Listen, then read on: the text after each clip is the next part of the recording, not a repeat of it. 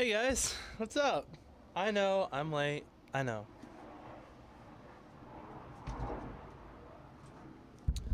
So I'm doing the weird stream in a weird way. I might have to change my whole setup for a moment.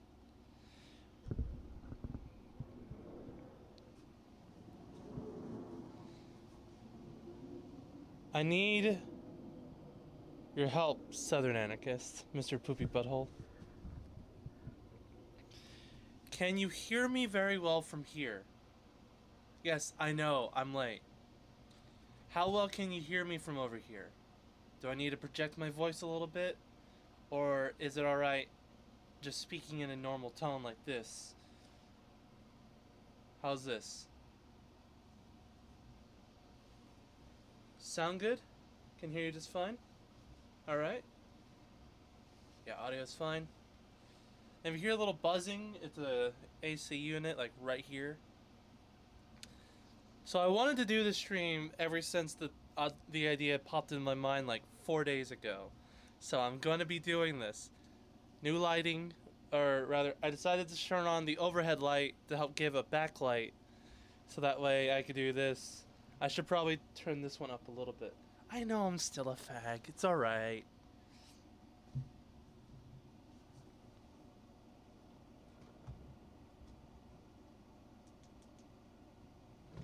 There we go. Hey, a little better. So yes, my name is Jacob Davidson, and I am a legal layman from North Texas, where I try to learn the law. Welcome to the journey. I think that's going to be my intro from here on out. Should probably start including the actual name of the show into the intro. And what I have for you is very clearly written in the title, the Federalist Papers. So I'm gonna read it to you guys. I forget the camera's not right there anymore. I have it on top of a game console. So yes, I've been wanting to do a reading of the Federalist Papers, and I want to take some time in between each reading or each letter to kind of give my ideas. If I don't have an idea, I probably won't say much and just move on to the next one. I kind of get lost in reading, so let's get on with it. And I would try to stay as still as possible, because I know it's a little weird watching someone be fidgety as fuck.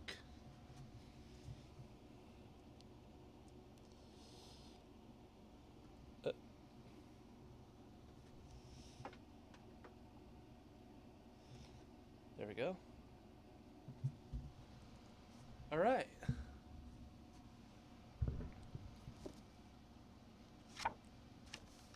I also really wanted to do this one standing up. It just seemed proper to do. The Federalist Papers by Alexander Hamilton, John Jay, and James Madison. So the first couple pages are the contents. A general introduction is number 1. And I guess I just kind of jump into it by number 2.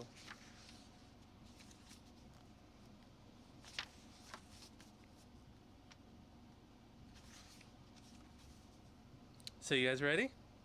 Oh yeah, before we get into that, actually, I forgot I wanted to do particularly this. So I got my package, finally, from the Dragon's Treasure. I'm going to share with you guys the contents of it.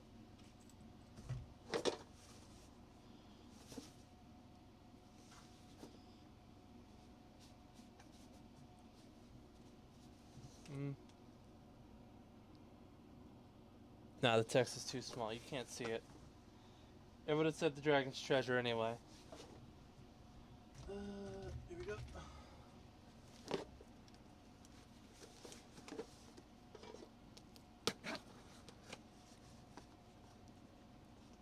T2's policy against live streams with knives.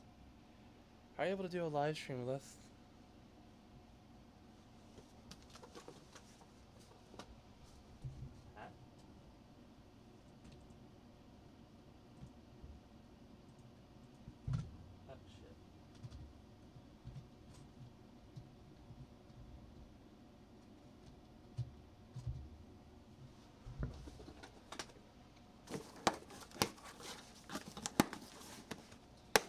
cardboard.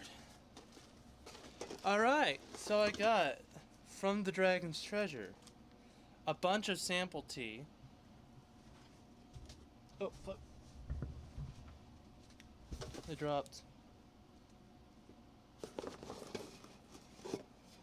A couple of these tins,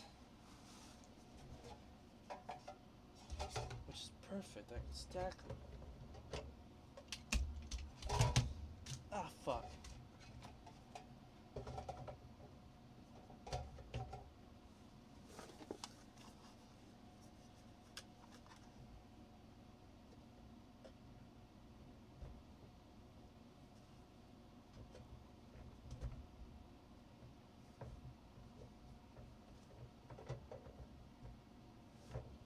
You know, I was thinking about it, and the Federalist Papers on this particular day is a particularly good pick of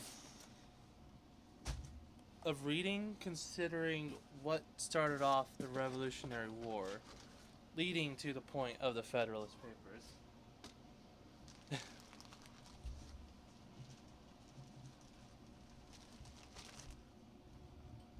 All right.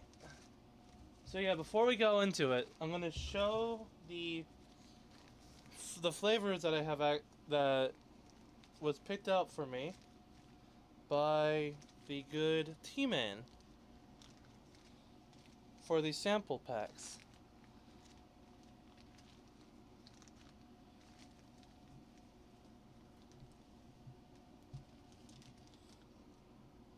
Tree Folk Forest right here.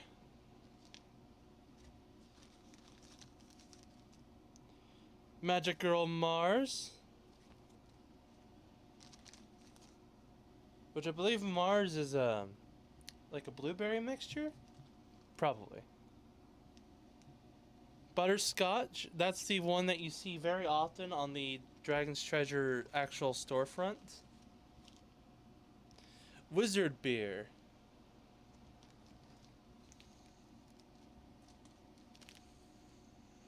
It smells like cinnamon.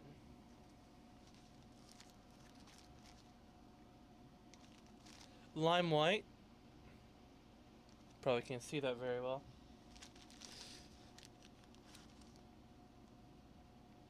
Ultra Mint Stink.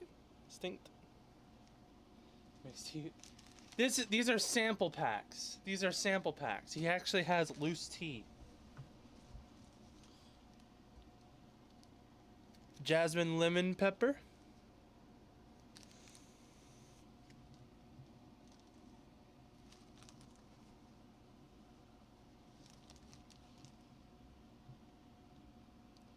Oh, okay. Hey, Sally, are you watching the stream right now? If you are, I can tell you the answer to why I'm able to stream. Apple cider tea?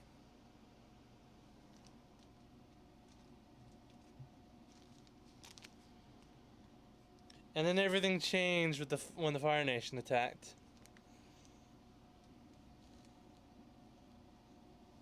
I don't know what that smells like.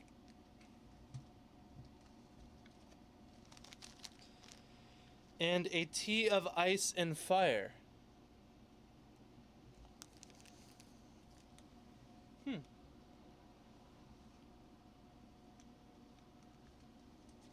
I'm very excited to be trying those out. Give me just a moment. I have... The Fire Nation tea is awesome. It's smoky. Oh, that's what I was... Yeah, that fits really well, actually. Smoky. Hold on, I got a question. I don't know if the person's in to see it.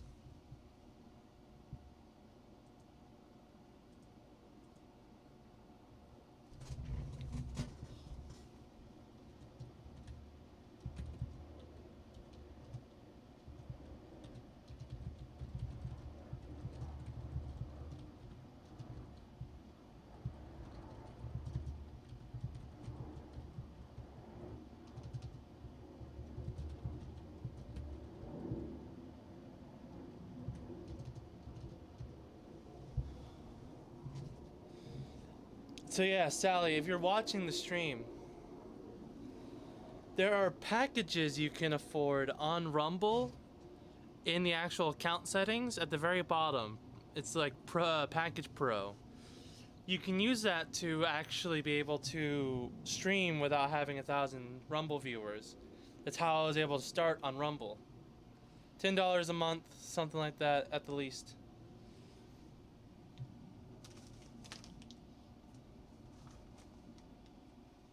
So, for the tees that I do have that are loose leaf,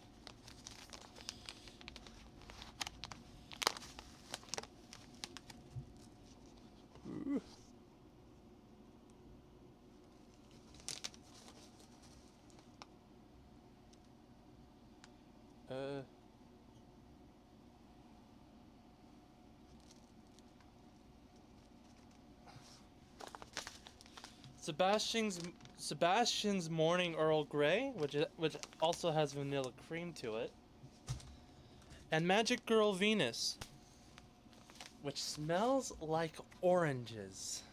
I love this one in particular. Oh, it's like an actual orange in the bag. It's great. But yeah, I bought 2 packs of sample tea. That's why it's in the tea bags. And the 2 loose leaf things, which I do plan on putting in these. So everything's coming together.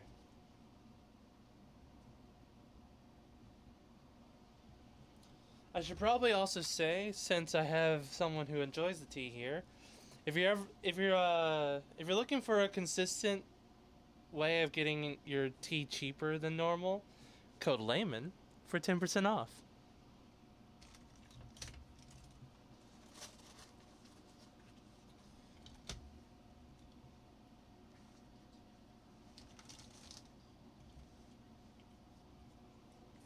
Okay.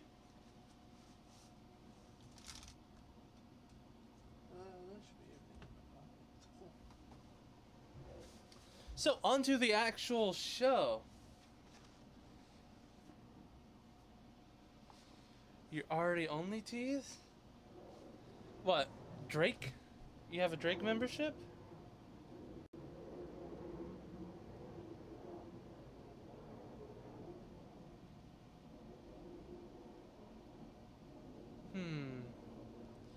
Next time you do, give it a shot and tell me how it goes. If not, then, you know, sucks to suck for me. But yeah, after 16 minutes, 10 of those, 10 being late already, and 16 being distracted by tea, it's time to get into it. I had to eat something before I started this because I knew I'd be standing a lot. I'm in Texas and the temperature's like 78 now, so I needed some energy and some water in my system before I got started doing the standing reading portion. And I'm glad that you're able to hear me still, because that would have sucked. I was thinking about setting up a secondary audio mix for mic and aux audio. Having the first one dedicated to sitting volumes, and the third one, and the other one dedicated to like adjusted volumes to standing up while streaming. So we'll actually tune that up a little bit. I am staying hydrated. I have water. So at last, without further ado, like I said I would do, the Federalist Papers. For the Independent Journal, Saturday, October 27th, 1787. Hamilton. To the people of the state of New York, after an unequivocal experience of the inefficacy of the subsisting federal government, you are called upon to deliberate on the new Constitution for the United States of America. The subject speaks its own importance. Comprehending in its consequences nothing less than the existence of the Union, the safety and welfare of the parts of which it is composed, the fate of the empire in many respects the most interesting in the world,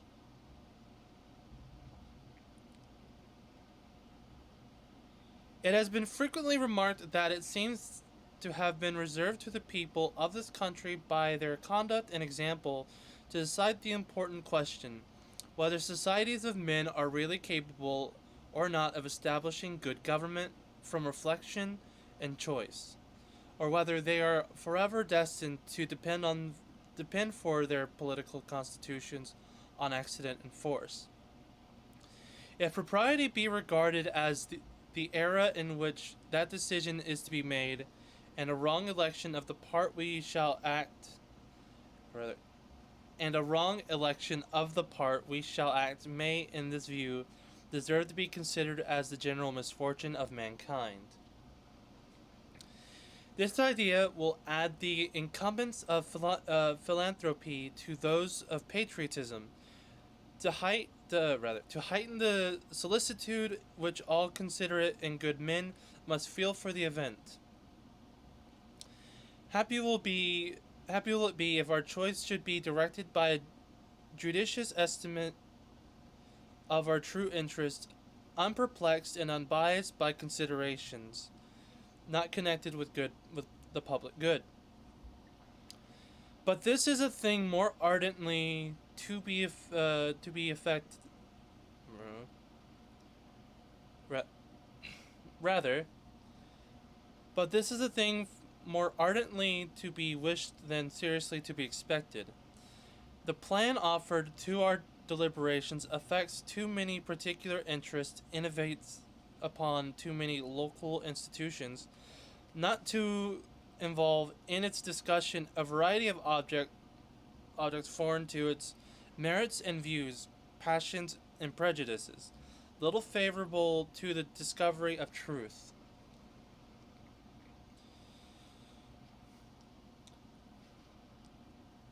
Among the most formidable of the obstacles which the new Constitution will have to encounter may readily be distinguished the obvious interest of a certain class of men in every state to resist all changes which may hazard a diminution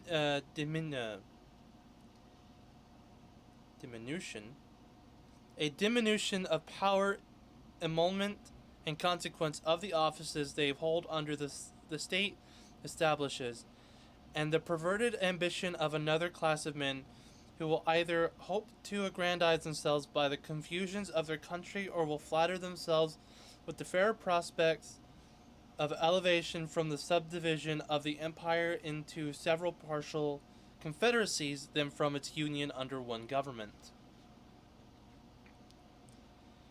It is not, however, my design to dwell upon observations of this nature.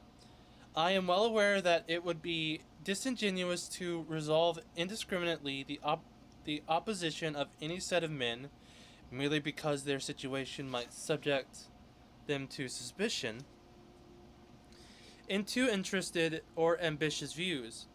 Candor will oblige us to admit that even such men may be actuated by upright intentions, and it cannot be doubted that much of the opposition which has made its appearance, or may hereafter make its appearance, will spring from sources blameless, at least, if not respectable.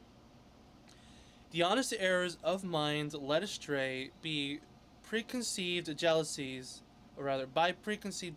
and fears. So numerous indeed and so powerful are the causes which serve to give a false bias to the judgment, that we upon many occasions see wise and good men on the wrong as well as on the right, on the right side of questions of the first magnitude to society.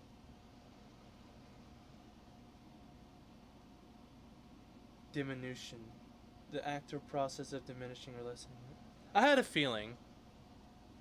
It kind of seemed like it was. I think the more confusing word of that first page was probably emolument. Because in the page it says, state to resist all changes which may hazard a diminution of the power. So reduction of power. So thank you. Emolument. I will probably shout out a word if I think I might need its definition.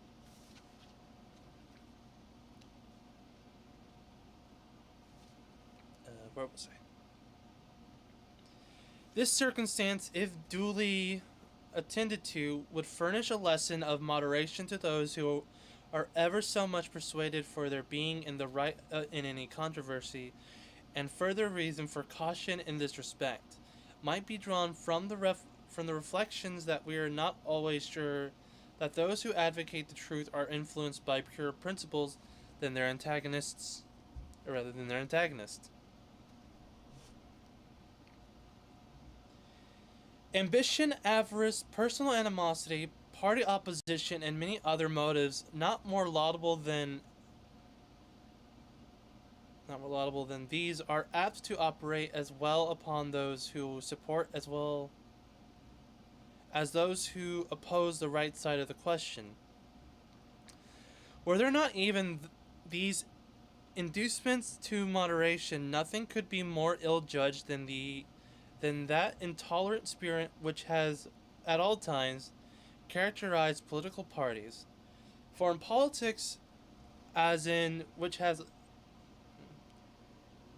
as in religion, it is equally absurd to aim at making proselytes, making proselytes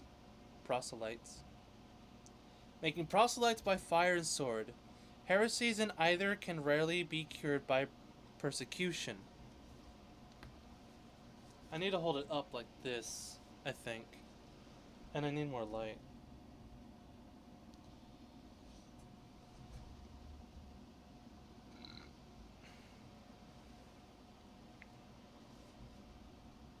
So sorry if that gets annoying, but I kind of need it to read a little better.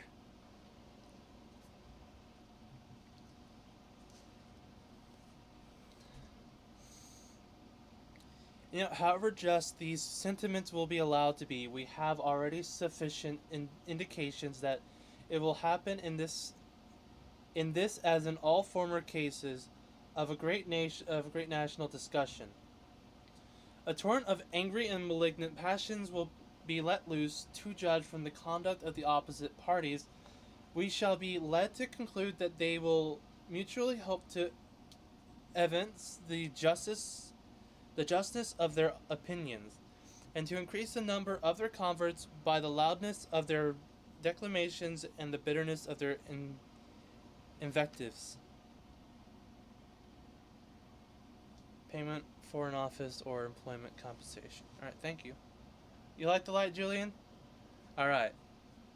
I can't do it when I'm sitting so much because if I was sitting, it would basically be blasting the camera, and I don't really want that. An enlightened zeal for the energy and efficacy or efficiency of the government will be stigmatized as the offspring of a temper fond of despotic power and hostile to the principles of liberty. An over-scrupulous jealousy of danger to the rights of the people, which is more commonly the fault of the head than of the heart, will be represented as mere pretense and artifice, the stale bait for popularity at the expense of the public good. It will be forgotten, on the one hand, that jealousy is the usual concomitant of love, and that the noble enthusiasm of liberty is apt to be infected with the spirit of narrow and illiberal distrust. Now I'm here because better reason to be here.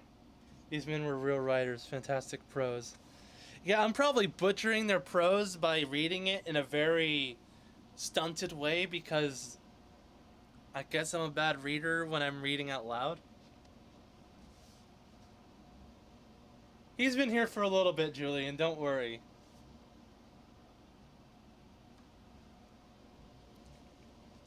Oh, I know. Bad reading, but at least I'm reading it.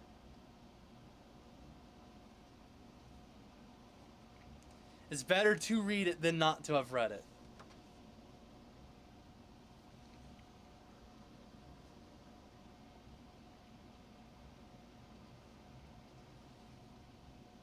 Harassment. You tried, that's reading loud is its own skill. I've been getting better at it, I will say that.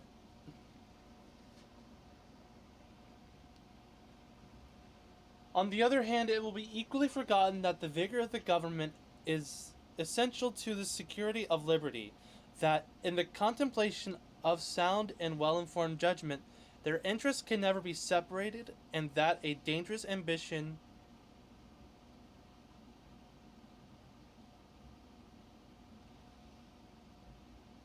well-informed judgment, their interests can never be separated, and that a dangerous ambition more often lurks behind this specious mask of zeal for the rights of the people than under the forbidden appearance of zeal for the firmness and efficiency of the government. History will teach us that the former has been found in a much more certain road to the introduction of despotism than the latter, and that of those men who have overturned the liberties of the republics, the greatest number have begun their career by paying an obsequious court to the people, commencing demagogues and ending tyrants.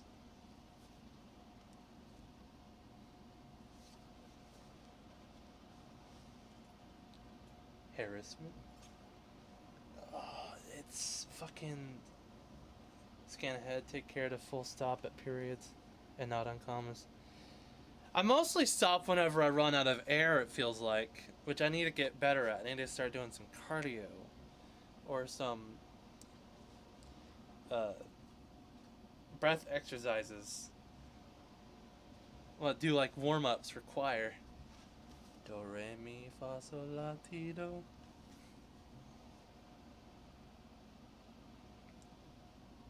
Hermit was making fun of this nerd and shit.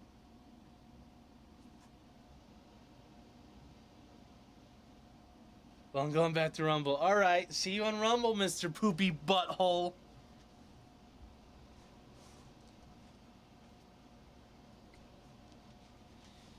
In the course of preceding observations, I've had an eye, my fellow citizens, to putting you upon your guard against all attempts from whatever quarter to influence your decision in a matter of the utmost moment to your welfare by impressions other than those which may result from the evidence of truth.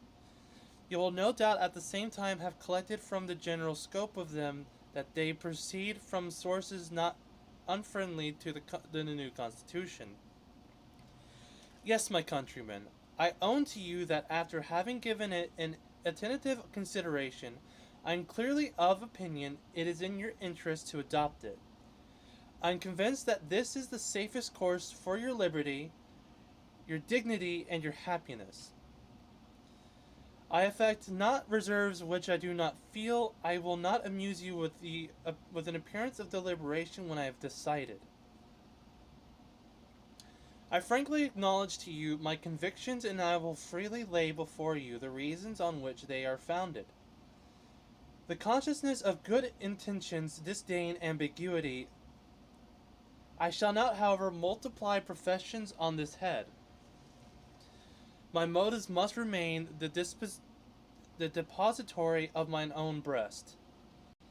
My arguments will be open to all and may be judged by all. They shall at least be offered in a spirit which will not disgrace the cause of truth.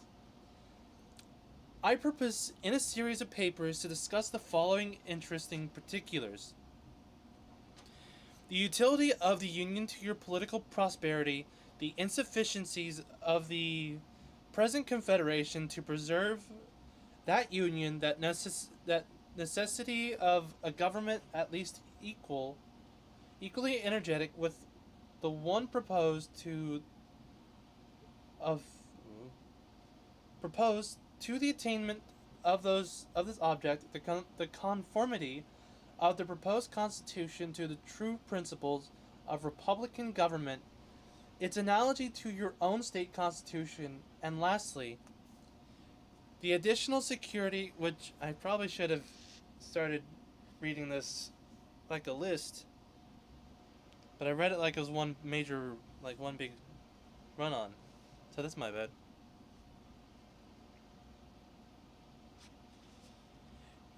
And lastly, the additional security which its adoption will afford to the preservation of that species of government, to liberty and to property.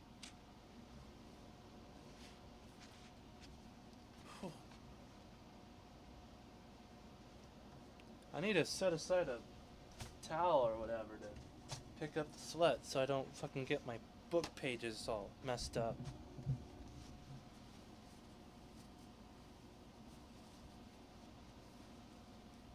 Ugh. You could try this crazy thing. You could. Yes, Mr. Poopy Butthole, I'm trying. It's right there. Ugh. I'm gonna need to take a water break pretty soon. Just to at least get some water in my system. In the progress of this discussion, I shall endeavor to give a satisfying answer to all the objections which shall have made their appearance that may seem to have any claim to your attention.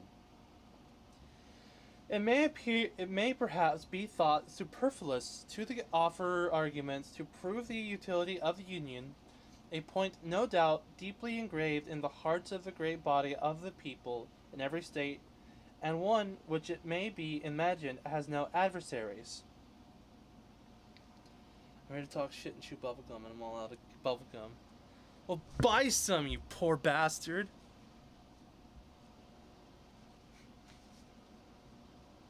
Get some money! That can be superfluous.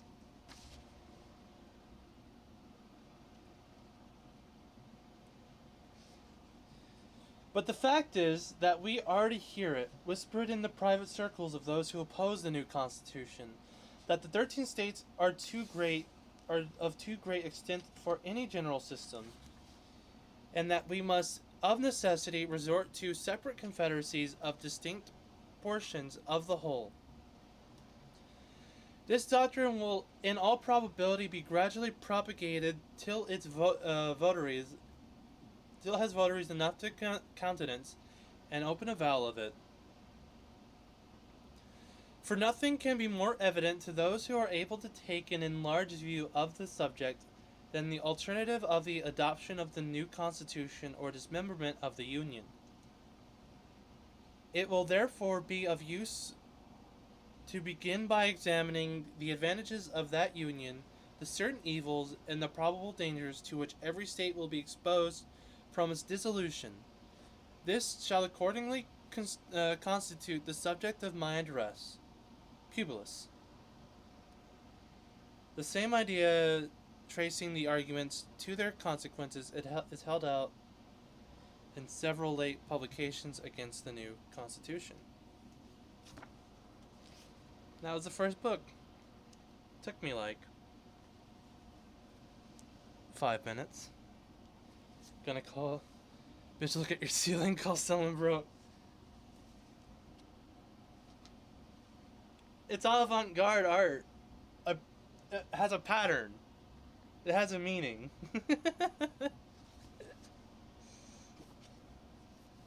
Look, I don't want to buy a new ceiling. You don't have enough to buy gum. No reading, asshole.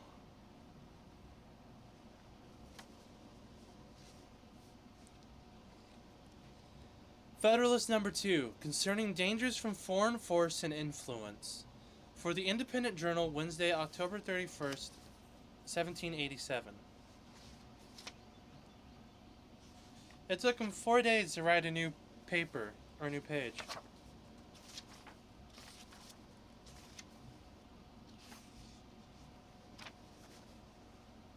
I'm at work, Sloot. Well, you should certainly be able to buy new gum then, poopy butthole.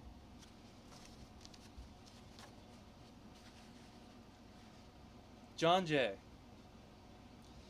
To the people of the state of New York, when the people of America reflect that they are now called upon to decide the question which in its consequences must prove one of the most important that ever engaged their attention, the propriety of their taking a very comprehensive as well as very serious view of it will be evident. Nothing is more certain than the indispensable necessity of the government, and it's equally undeniable that whenever and however it is instituted, the people must cede to it some of their natural rights in order to vest it with requisite powers. It is well worthy of consideration, therefore, whether it would conduce more to the interest of the people of America that they should, to all general purposes, be one nation under one federal government, or that they should divide themselves into separate confederacies and give to the head of each the same kind of powers which they are advised to place in one national government. I'm not offended, brother. I can't help but think for a moment, because before I got this, I was reading a Bible, and the Confederacies, almost in a way, both the Union and the Confederacies, almost feel like the tribes of Israel in some measure. Each kingdom independent, one greater one divided into two, and another great one.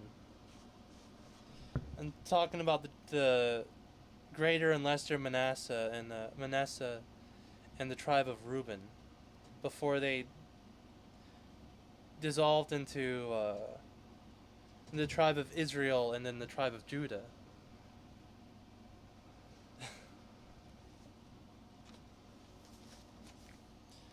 But then you have the federal government, and it feels like the unified version of all of that. Because it still kept the tribes, just without... I don't know.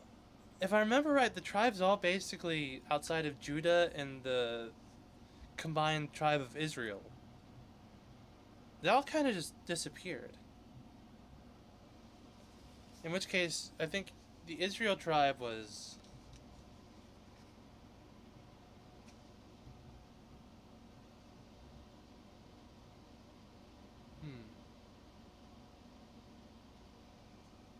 I think some portion of the tribe of Benjamin remains.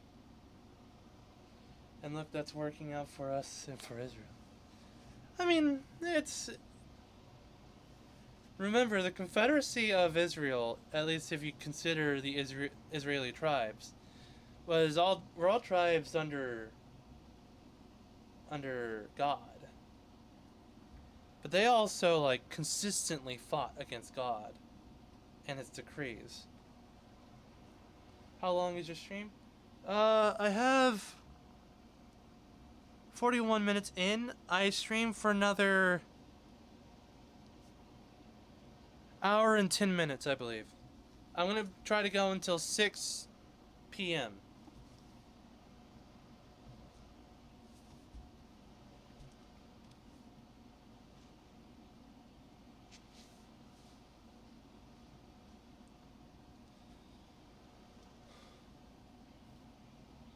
It is well worthy of consideration, therefore, whether it would conduce more... Wait, I already read that. Interest of the people, yep. To all general purposes, be one nation under one federation. Okay. It has until lately been received and contradicted opinion that the prosperity of the people of America depended on their continuing firmly united, and the wishes, prayers, and efforts of their best and wisest citizens have been constantly directed to that object. But politicians now appear who insist that this opinion is erroneous, and that instead of looking for safety and happiness in union, we ought to seek it in a division of the states into distinct confederacies or sovereignties. However extraordinary this new doctrine may appear, it nevertheless has its advocates, and certainly characters who are much opposed to it formerly are at present of the number. Fuck. Hold on. Being barefoot on wood floors is not a good idea. That's how you get splinters.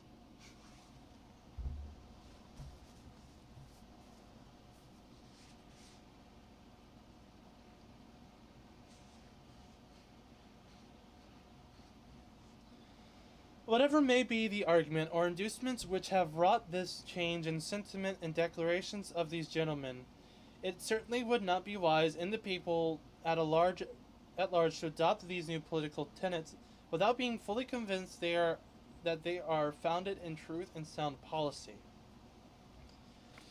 It has often given me pleasure to observe that independent America was not composed of detached and distant territories, but that one connected, fertile, wide-spreading country was the portion of our western sons of liberty. Providence has, in a particular manner, blessed it with variety of soils and productions, and watered it with the innumerable streams for the delight and accommodation of its inhabitants. A succession of navigable waters forms a kind of chain round its borders, as if to bind it together, while the most noble rivers in the world, running at convenient distances, present them with highways for the easy communication of friendly aids, and the mutual transportation and exchange of their various commodities. With equal pleasure, I have as often taken notice that Providence has been pleased to give this one connected country to the united people, a people descended from the same ancestors, speaking the same language, professing the same religion, attached to the same principles of the government, very similar in their manner and customs, and who by their joint counsels, arms, and efforts, fighting side by side throughout a long and bloody war, have nobly established general liberty and independence.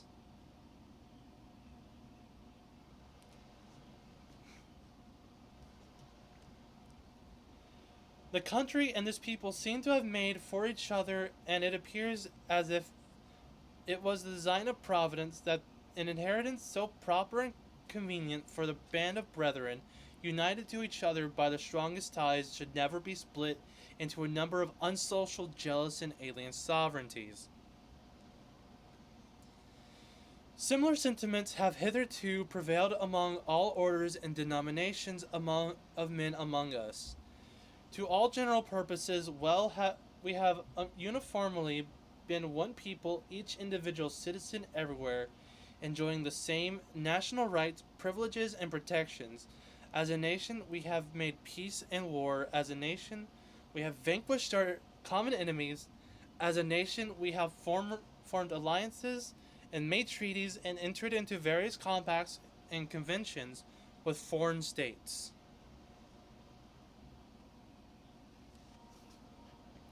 Hold on, I'm gonna take a moment to drink some water. And Julian, Colt is asking where you at in Rumble.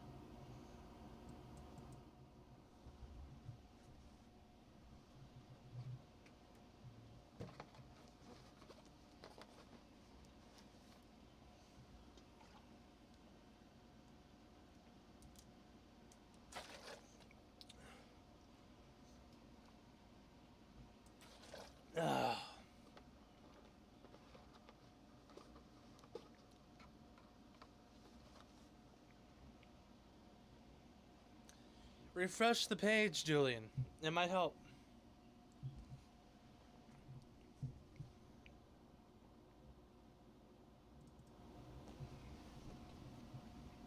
Oh yeah, I should also say, fun fact, I'm like 290 now. That's like 3 less than I was yesterday. So that's pretty great.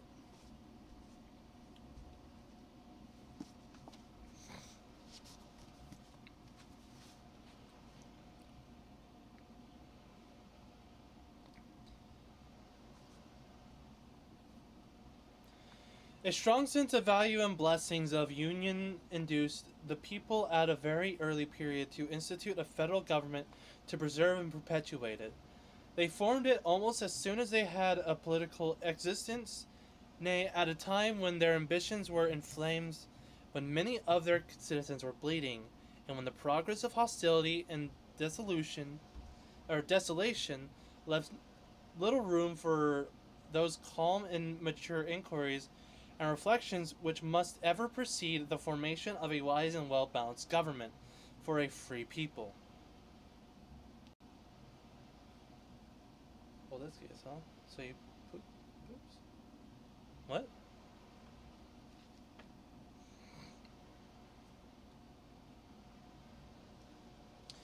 It is not to be wondered at that a government instituted in times so inauspicious should on experiment be greatly deficient and inadequate to the purpose it was intended to answer.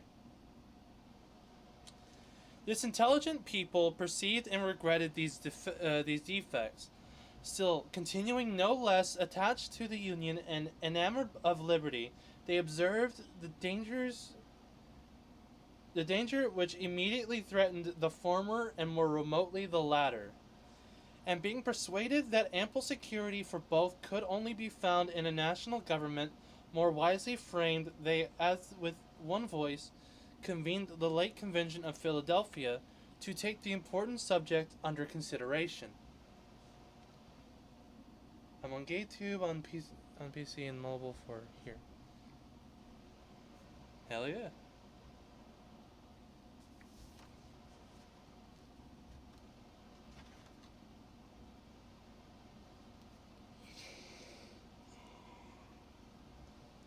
There's something about reading in such a way that makes... So, when you try to sing using a strong singing voice, you try to drop your jaw as low as possible, and you lift your eyebrows up because it lifts the roof of your mouth. But doing that induces a lot of yawning because it's basically like stretching your mouth out for a yawn. And I know Poopy Butthole is going to make a very, very funny joke about that one.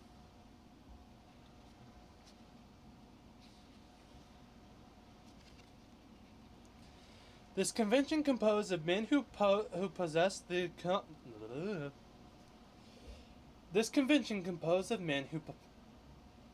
possessed the confidence of the people, and many of whom had become highly distinguished by their patriotism, virtue, and wisdom, in times which tried the minds and hearts of men, undertook the arduous task.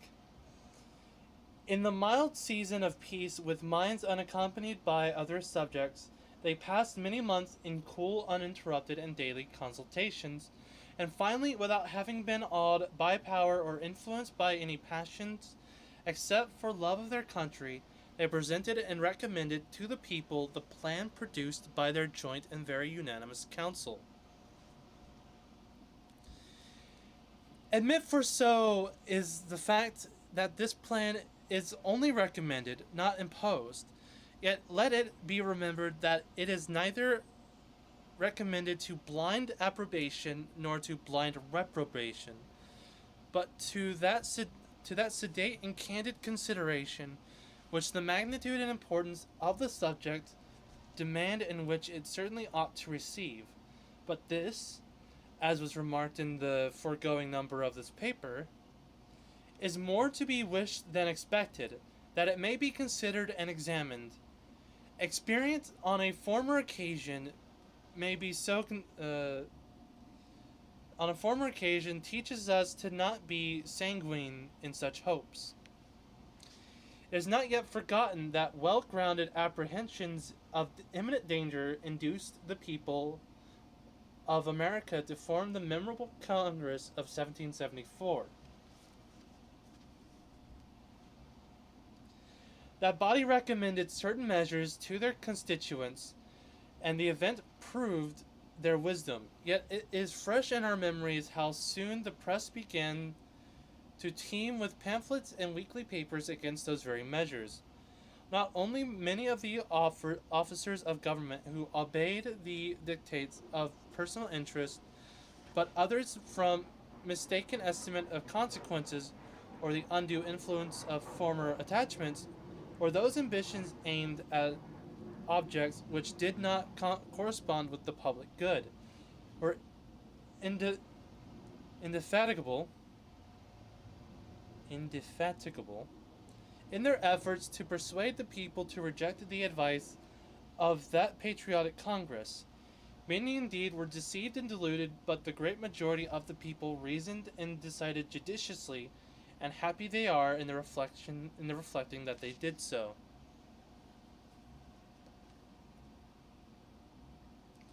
Uh,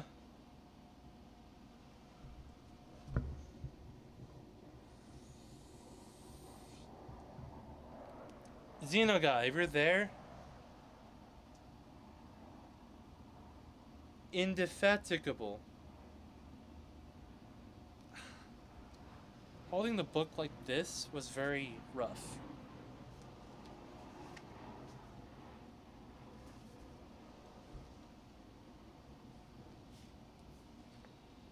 They considered that the Congress was composed of many wise and experienced men, that being convened from different parts of the country, they brought with them and communicated to each other a variety of useful information, that in the course of time they passed together in inquiring information, or inquiring into and discussing the true interest of their country, they must have acquired the very accurate knowledge on that head, that they were individually interested in the public liberty and prosperity, and therefore that it was not less their inclination from their duty to recommend only such measures as after the most mature deliberation they really thought prudent and advisable, having or showing the capacity or present effort not tiring or relenting, tireless. Correspond to public good or tireless in their efforts. They beat me to it.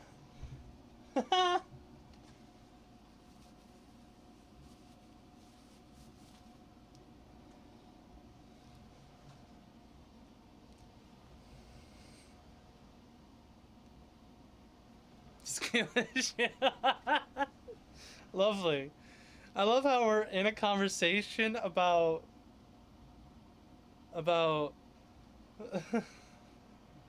the Federalist Papers, and in my chat, someone gets hit with a skill issue.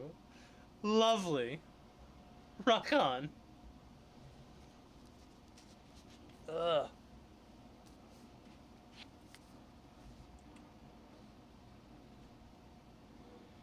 These and similar considerations then induced the people to rely greatly on the judgment and integrity of the Congress.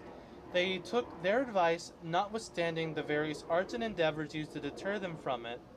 But if the people at large had reason to confide in the men of the Congress,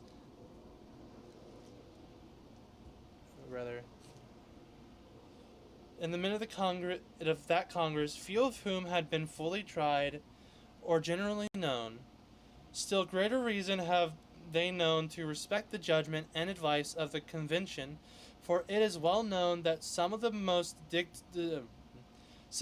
distinguished members of that Congress, who have since been tried and justly approved for their patriotism and abilities, and who have grown old in acquiring political information, were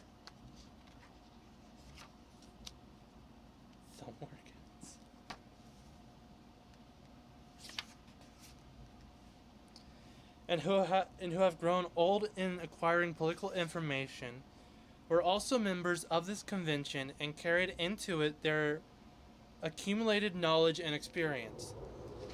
It is worthy of remark that not only the first, but every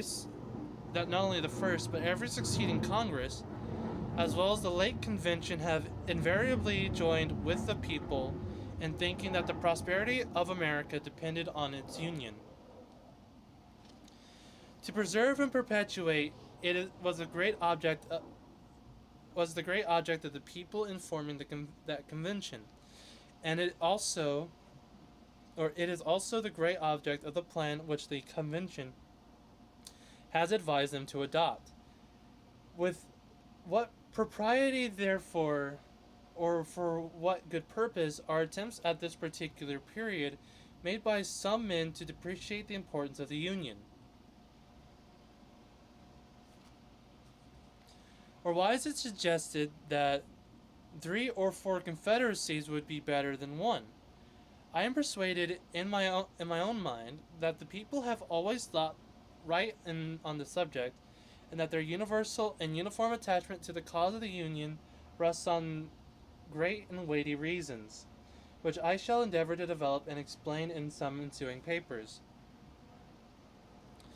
They who promote the idea of substituting a member of distinct confederacies in the room of the plan of the convention seem clearly to foresee that the rejection of it would put the continuance of the Union in utmost jeopardy.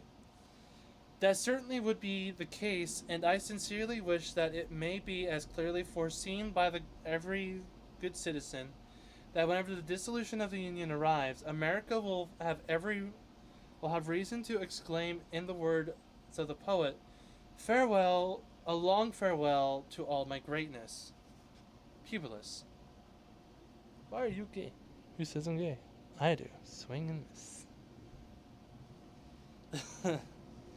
God.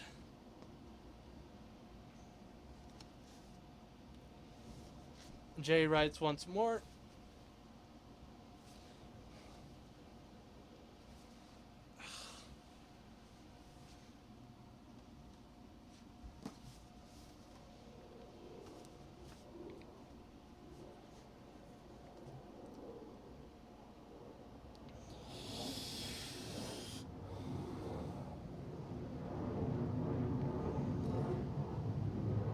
Federalist number 3, the same subject continued, concerning dangers from foreign force and influence. For the Independent Journal, Saturday, November 3rd, 1787, J.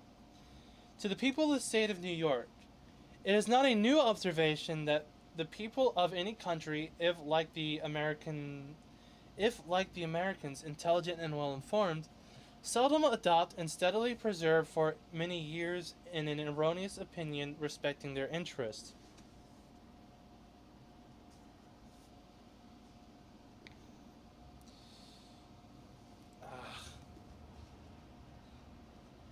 And holding a book up like this, I have not done that in years, so it's kind of tiring.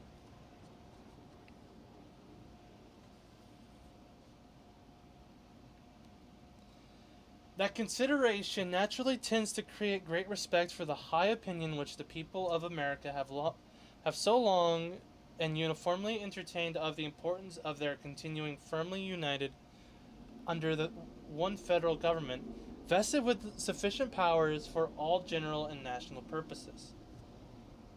Like the Americans well informed, how have we fallen?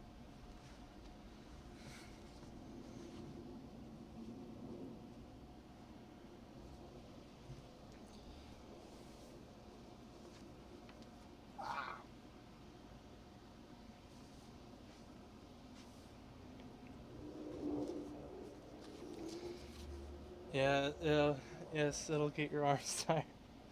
It will indeed. It is a little gay that it's getting to me, actually.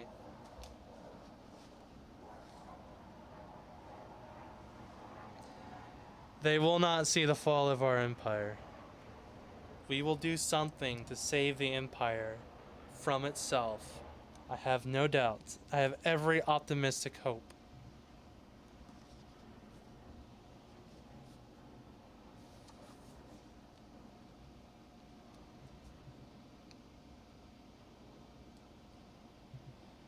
Did I already read? I have a chair right here. I could lean on it. It'd be really stupid, though. You can call me that, but I have optimistic hope. I'd rather have that than pessimistic nihilism.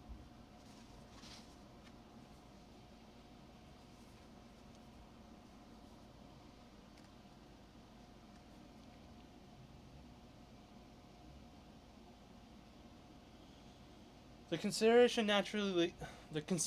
naturally tends to create great respect for the high opinion of the people, or rather, which the people of America have so long and uniformly entertained of the importance of their continuing firmly united under one federal government, vested with sufficient power. Yeah, I read that actually. Sun always rises, and the empire has long since fallen. We will save the people that are left. We should rise again to have the empire back to the way it was. That should be the goal. first save everybody, then restore it. I'm not nihilistic, I'm honest. It's a thin line between honesty and nihilism in a lot of places. That's my bad. I probably shouldn't have called what you thought nihilistic. I think I was just saying that as like a generalized statement. We want the Republic, you nitwit. That is the Empire. The Republic is the Empire.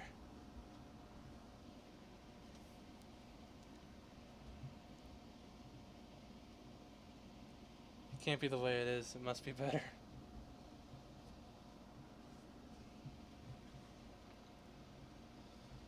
The more attentive I consider and investigate the reasons which appear to have given birth to this opinion, the more I become convinced that they are cogent and conclusive.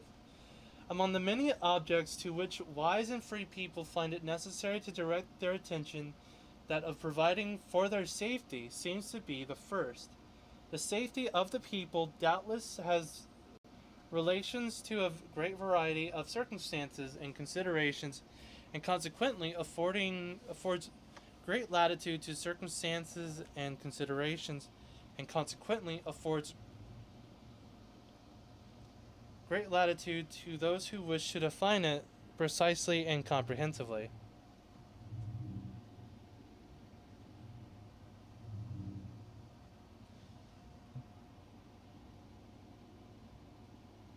This book calls the Republic the Empire. Just to kind of, let you know.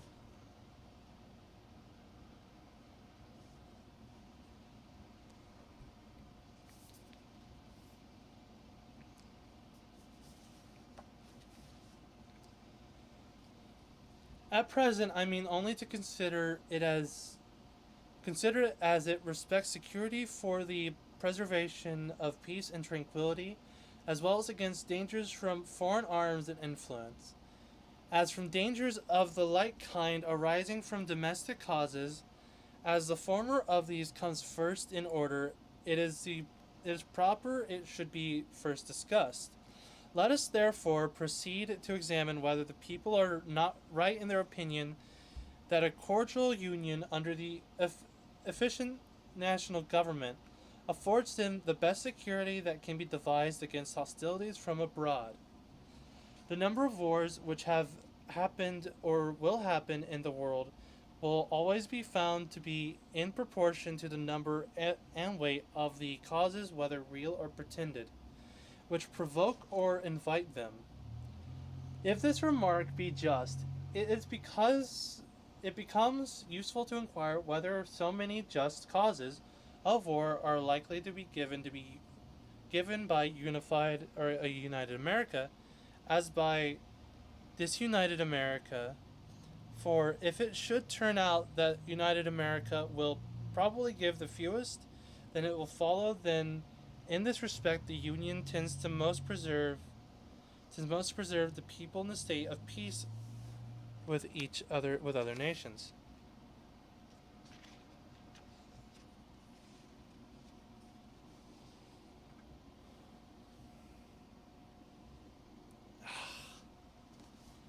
I need like a podium or something to hold this.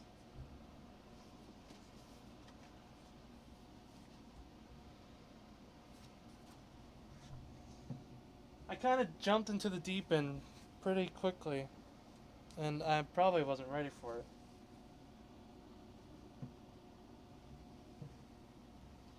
Ah. So the empire in this book is the Republic, but the empire today is the reconstructed America. Is that right?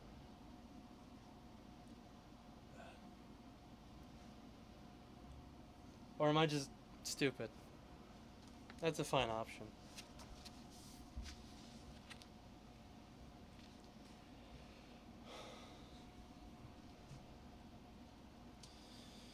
The just cause of war, for the most part, arises either from violation of treaties or from direct violence. America has already formed treaties with no less than 6 foreign nations, and all of them except Prussia are maritime and therefore able to annoy and injure us.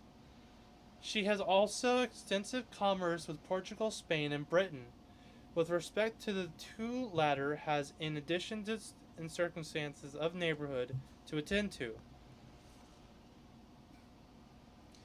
It is of high importance to the peace of America that she observes the law of nations towards all these powers, and to me it appears evident that this will be more perfectly and punctually done by one national government than it could be either by than it could be either by 13 separate states or by 3 or 4 distinct confederacies.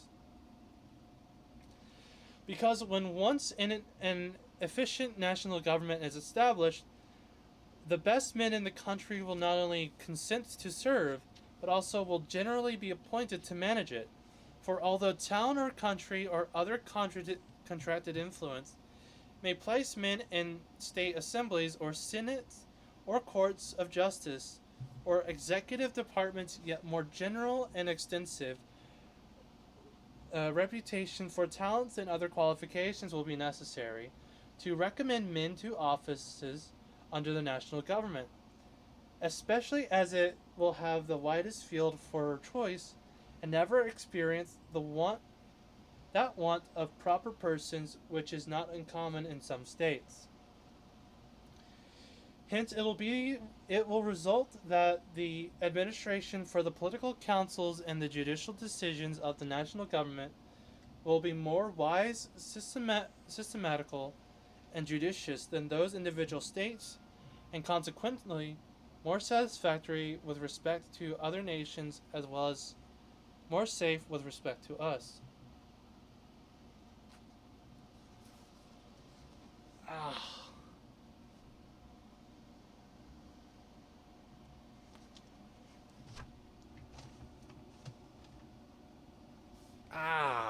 Fuck.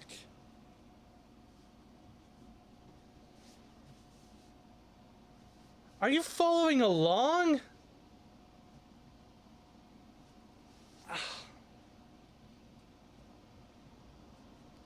Gonna take a small break here. Fuck.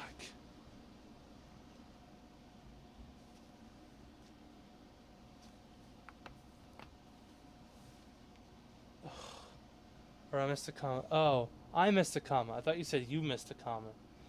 Yeah, but without the tyrant Lincoln, comma, Wilson would never probably would have. Bro, hit the gym. This kind of is my gym. I have probably got to do more gym stuff. You're talking about Woodrow Wilson, right?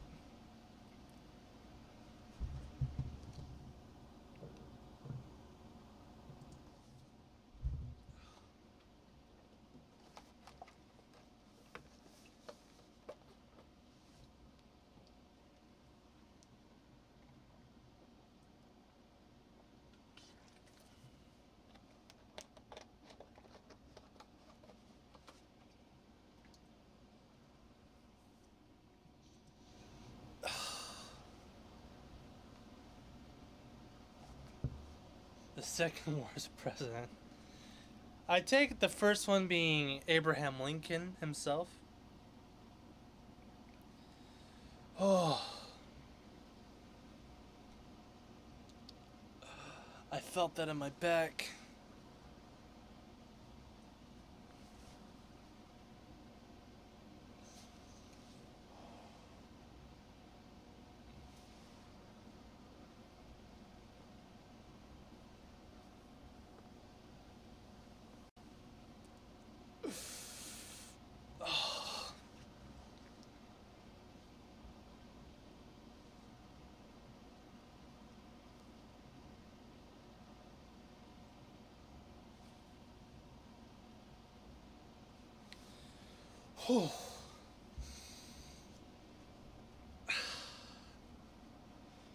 Who would have thought it would expend so much energy just holding up a book and reading? It didn't help that whenever I was reading it, my laziness to lean forward like that kind of got me. So I was kind of reading with my head like that, which is not good form. We've only ever had two kinds of presidents.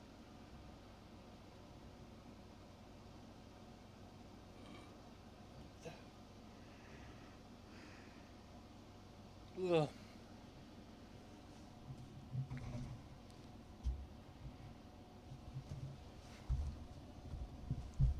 Washington and the rest of them.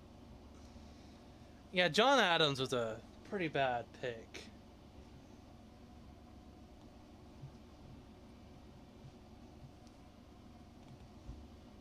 I've been told stretching is helpful, so I'm probably doing that right now. I was gonna say the first five, lol. Well, John Adams was not a great choice.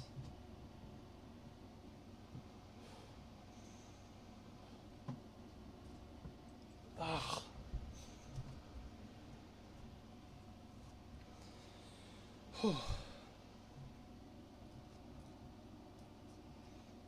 Since I'm an hour in, I should probably do that normal thing that I do.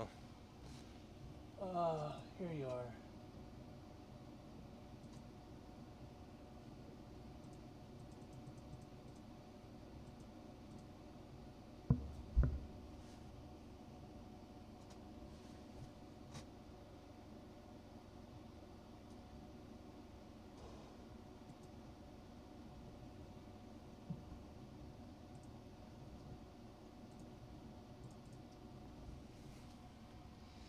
Yes, I am including an ad read on this video. The Dragon's Treasure, a haven for anime and tea lovers.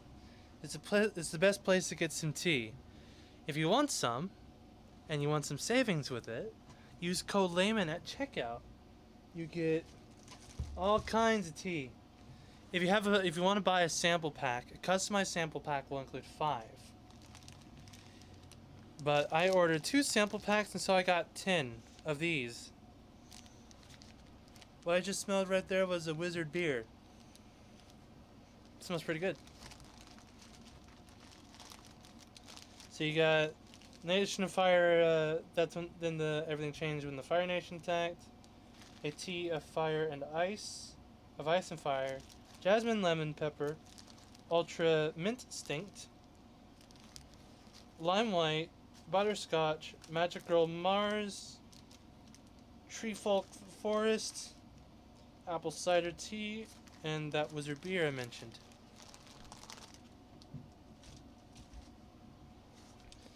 You can also get one of these tins, which will hold your tea very, very well. You can get all of that for 10% off with code Layman at checkout.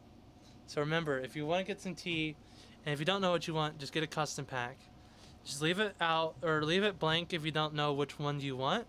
T-Man will pick for you at random and will fulfill your order, get you something that you might like.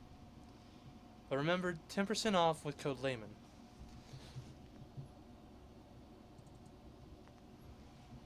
Ugh. It's probably my shorter read. Not the shortest, but one of the shorter ones.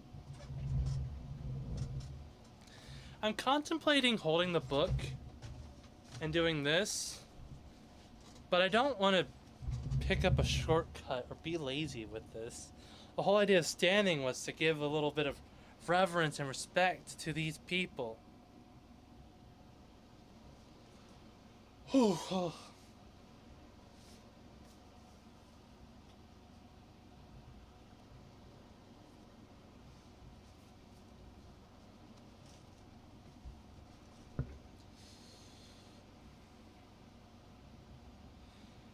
It is of high importance to the peace of America that she observes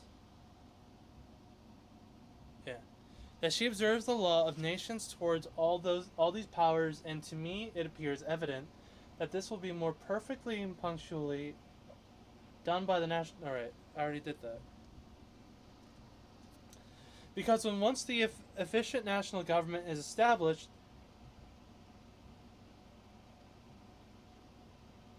I also read that. Fuck. I lost my place.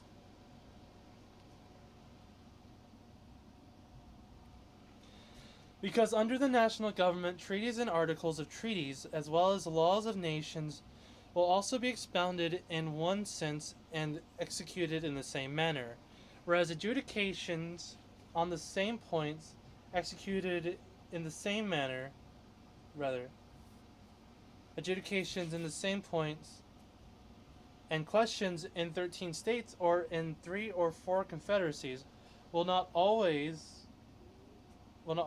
accord or be consistent, and that as well from the variety of independent courts and judges appointed by different and independent governments, as from the different local laws and interests which may affect and influence them.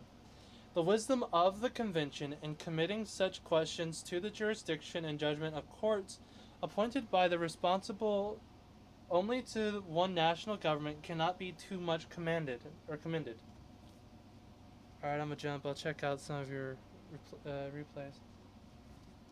See you later, Xeno guy. Hey Danielle, how you doing? I have put myself in a precarious situation because I got an hour 30 left to read this book and my arms are getting tired. Because of course, I'm holding up a book while reading. This wouldn't have been nothing to me back in high school. Ugh.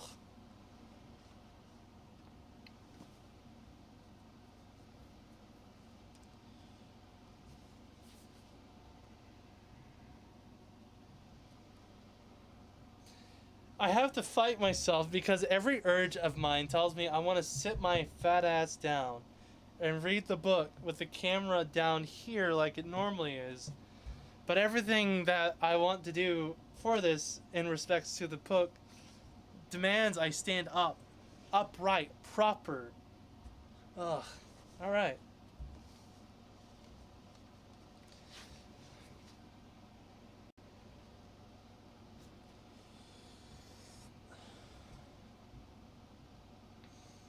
Because the prospect of present loss or advantage may often tempt the governing party in one or two states to swerve from good faith and justice, but those temptations not reaching the other states and consequently having little or no influence on the national government, the temptation will have little or no influence, or consequently having little or no influence on the temptation will be fruitless, and good faith and justice be preserved. The case of the Treaty of Peace with Britain adds a great weight to this reasoning, because even if the governing party in a state should be disposed to resist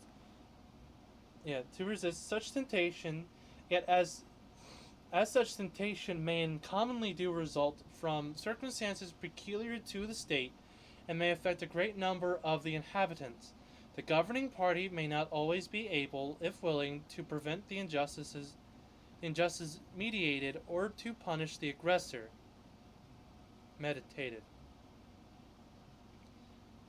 But the national government, not being affected by those local circumstances, will neither be induced to commit the wrongs themselves, nor want power or inclination to prevent or punish its commission by others. So far, therefore, as either designed or accidental violations of treaties and the laws of nations afford just cause of war, they are less to be apprehended under one government than under several lesser ones, and in that respect, the former most favors the safety of the people. As to those just causes of war which proceed from direct and unlawful violence, it appears equally clear to me that one good national government affords vastly more security against dangers of that sort than can be derived from any other quarter. Because such violences are more frequently caused by the passions and interests of a part than a whole, of one or two states than of the Union, not a single Indian war has yet been occasioned by aggressions of the present federal government, feeble as it is, but there are several instances of Indian hostilities having been provoked by the improper conduct of individual states, who, either unable or unwilling to restrain or punish offenses, have given occasion to the slaughter of many innocent inhabitants.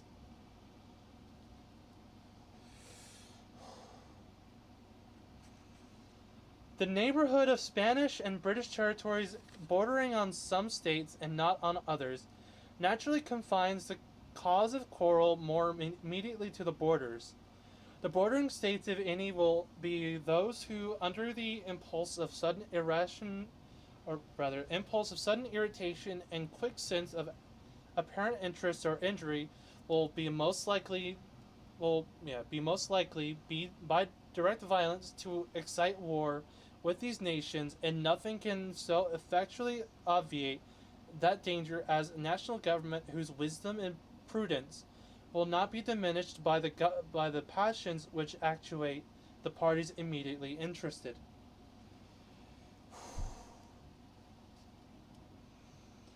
But not only fewer just causes of war will be given by the national government, but it will also be more in their power to accommodate settle them amicably.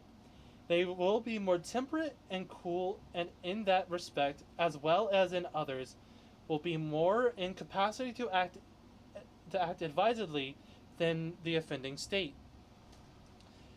The pride of states, as well as of man, naturally disposes them to justify all their actions, and opposes their acknowledging, correcting, or repairing their errors and offenses.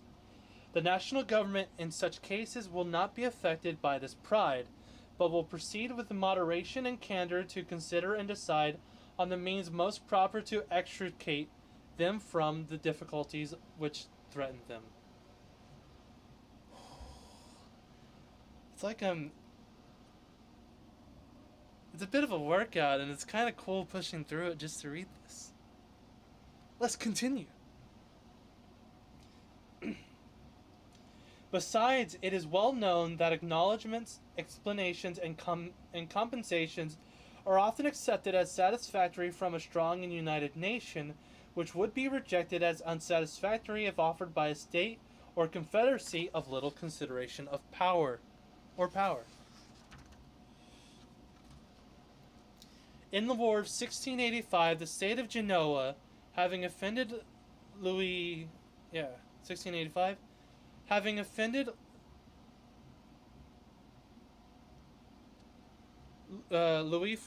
or the King Louis XIV, endeavored to appease him. He demanded that they should send their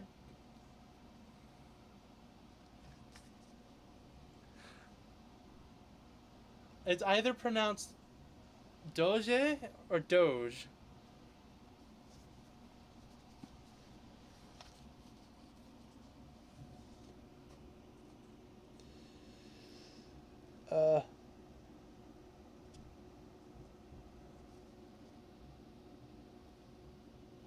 The second line. Hopefully you saw it.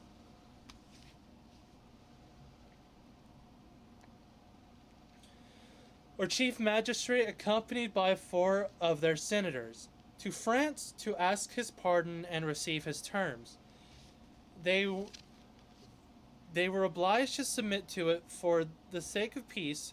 Would he on any occasion either have demanded or have received the like humiliation from Spain or Britain or any other powerful nation? Publius.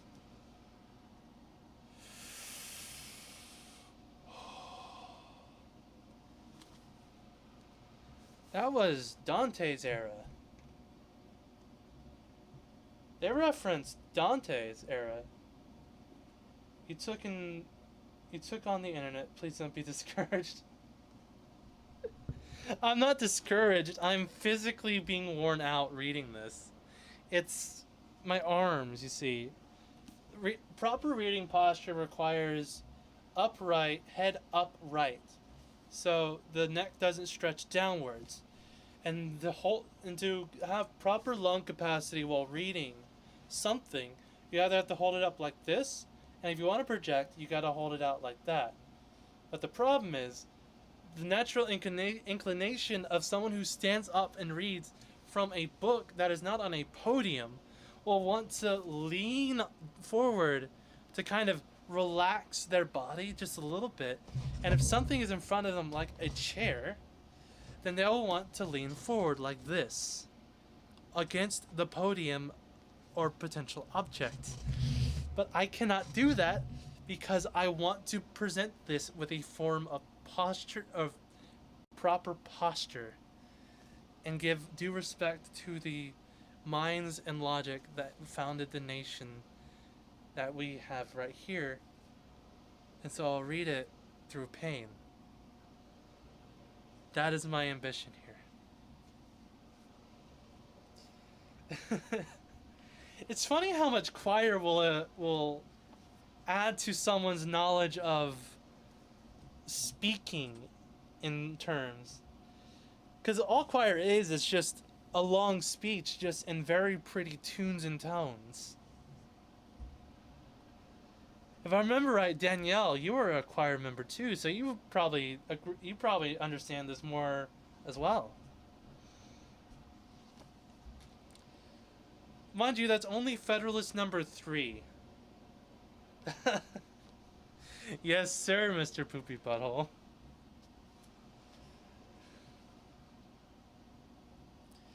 This Federalist number 4. The same subject continued, dangers of foreign force and influence. For the Independent Journal, Wednesday, November 7th, 1787. J. To the people of the state of New York. My last paper signed several reasons why the safety of the people would be best secured by union against the danger it may be exposed to by just causes of war given to other nations, and those reasons show that such causes would not only be more rarely given, but would also be more easily accommodated by a national government than either by state governments or the proposed little confederacies. But the safety of the people of America against dangers from foreign force depends not only on their forbearing to give just cause of war to other nations, but also on their placing and continuing themselves in such situation as to not invite hostility or insult, for it need be observed that there are pretended as well as just cause of war. It is too true, however disgraceful it may be to human nature, the nations in general will make war whenever they have prospect of getting anything by it. Nay, absolute monarchists will often make war when their nations are to get nothing by it, but for the purpose and objects merely personal, such as thirst for military glory, revenge for personal affronts, ambition, or private compacts to aggrandize or support their particular families or partisans. These and variety of other motives which affect only the mind of the sovereign often lead him to engage in wars not sanctified by justice or the voice and interest of its people, but independent of these inducements to war, which are more prevalent in absolute monarchies, but which well deserve our attention. There are others which affect nations as often as kings, and some of them will on examination be found to grow out our relative situation and circumstances. With France and with Britain, we are rivals in the fisheries and can supply their markets cheaper than they can themselves, notwithstanding any efforts to prevent it by bounties on their own or duties on foreign fish. With them and with most other European nations, we are rivals in navigation and the carrying trade. We shall deceive ourselves if we suppose that any of them will rejoice to see it flourish. For as our carrying trade cannot increase without in some degree diminishing theirs, it is more their interest and will be more their policies to restrain than to promote it. In the trade to China and India, we interfere with more than one nation inasmuch as it enables us to partake in advantage which they had in manner monopolized, and as we thereby supply ourselves with commodities which we use to purchase from them. The extension of our own commerce and our own vessels cannot give pleasure to any nations who possess territories on or near the continents, because the cheapness and excellence of our productions, added to the circumstance of vicinity, and the enterprise and address of our merchants and navigators, will give us a greater share in the advantages which those territories afford than consists with the wishes and policies of their respective sovereignties or sovereigns. Oh, I'm starting to like my pacing now. Little strong in the reading, a little firm in my stance. I think I could do this a few more days.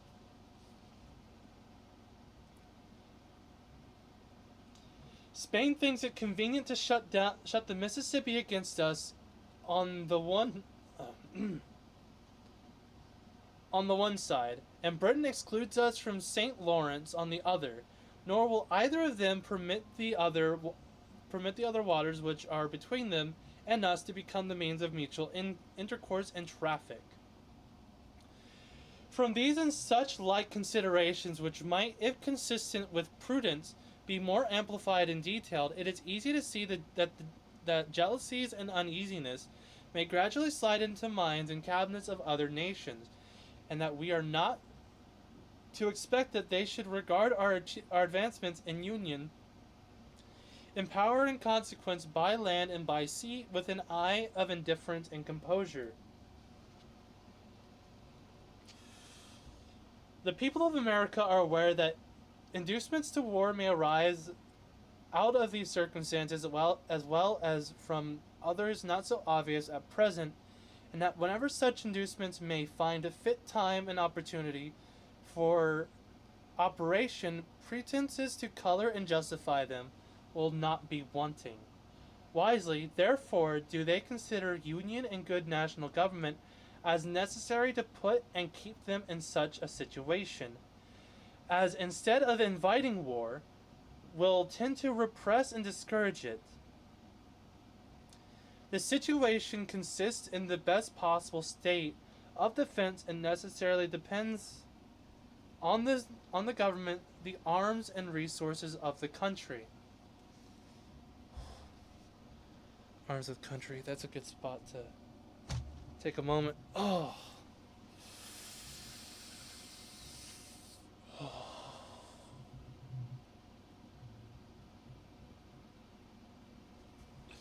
Oh.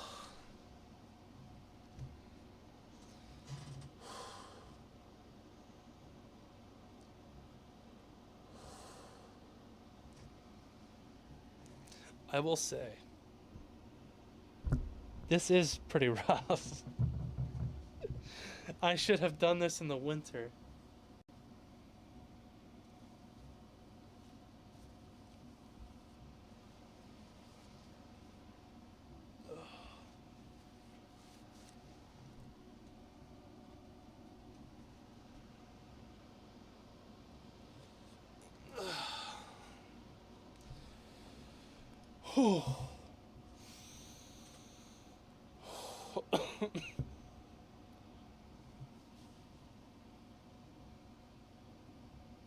Oh, wow. I felt that twitch in my, spine, or not my spine, in my shoulder blades.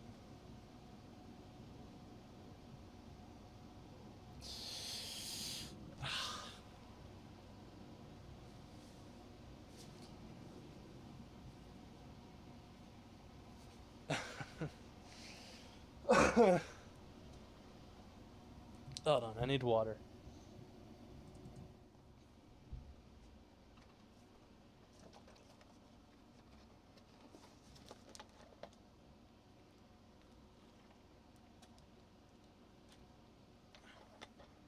my fucking god, did you see that?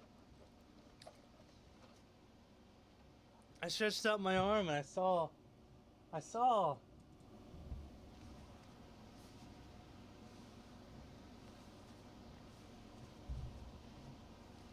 Looks like a wet spot. Damn.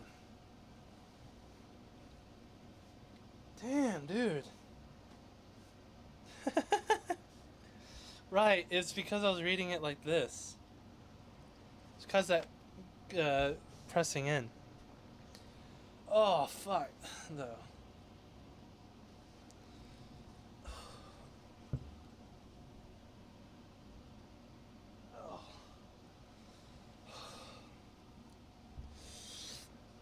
I will wrap up the show with the end of a letter from the Federalist Papers. I will not end it in the middle of a Federalist Paper article. I promise you that.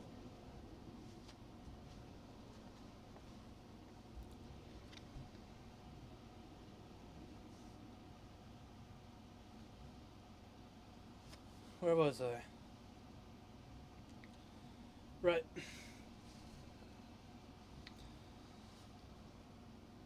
Drive saved. Squishy Hunter in the locals chat. Just fucking killed him. What in the hell? I do like the logic behind it. The Federation is a lot better for the health of the overall country. Because it's easier for the federal government to keep people out of wars because of the personal insults of the individual states.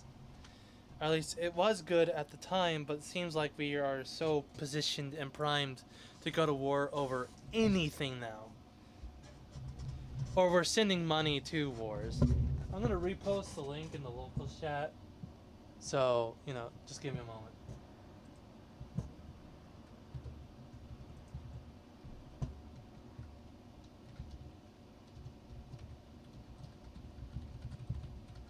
Live right now? Sweet. Post that link and we're going...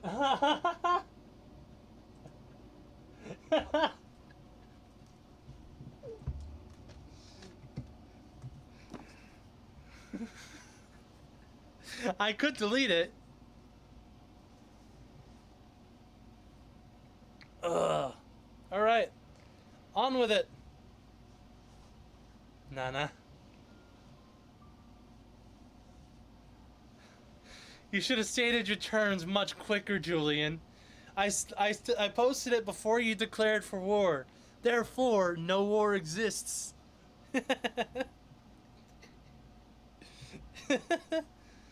Oh, that is outstanding.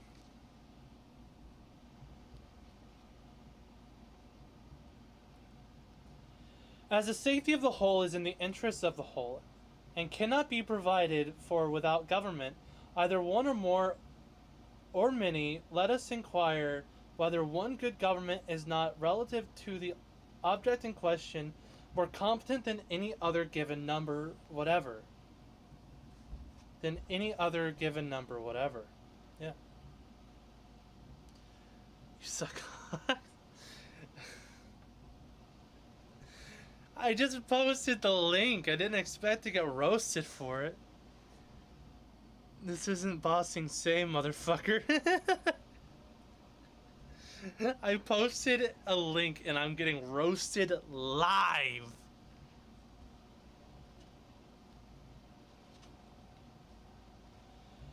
One government can collect and avail itself of the talents and experience of the ablest men.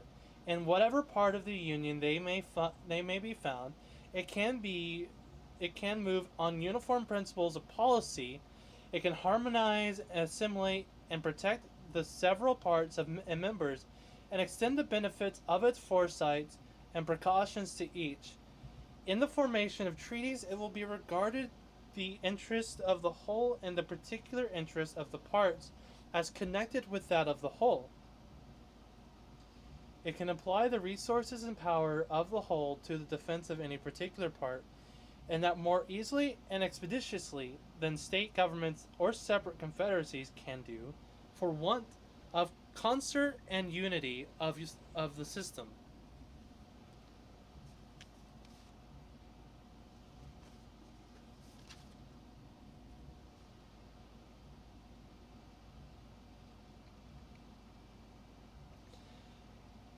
It can place the militia under one plan of discipline and by putting their officers in a proper line of subordination to the chief magistrate, will, as it were, consolidate them into one corps,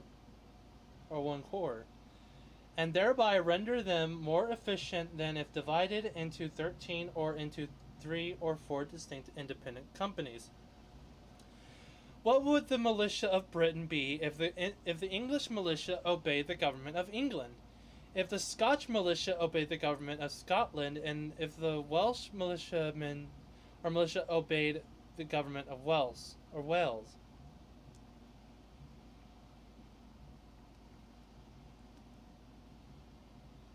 Suppose an invasion would those three governments, if they agreed at all, be able with all of their respective forces to operate against the enemy so effectually as the to operate against the enemy so effectually as the single government of Great Britain would. We have heard much of the fleets of Britain, and the time may come, if we are wise, when the fleet of Americas may engage attention. But if one national government had not so relegated or regulated the navigation of Britain as to make it a nursery for seamen, if one national government had not called forth all the national means and materials for forming fleets, their prowesses and their thunder would never have been celebrated. Let England have its navigation and fleet. Let Scotland have its navigation and fleet. Let Wales have its navigation and fleets.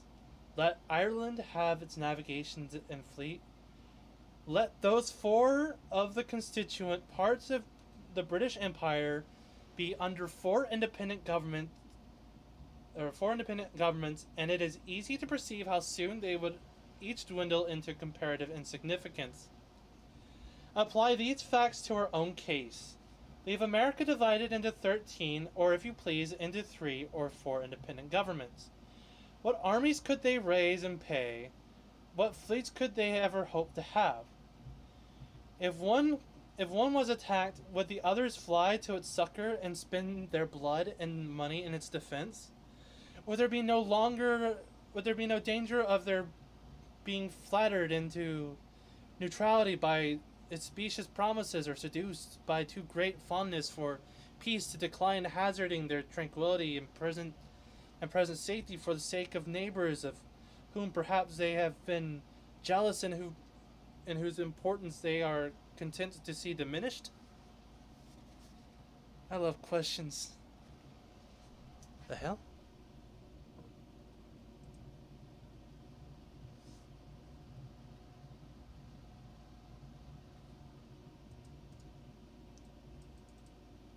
Fit in there.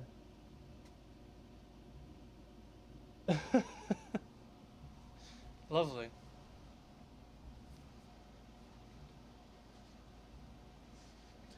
Although such conduct would not be wise, it would nevertheless be natural.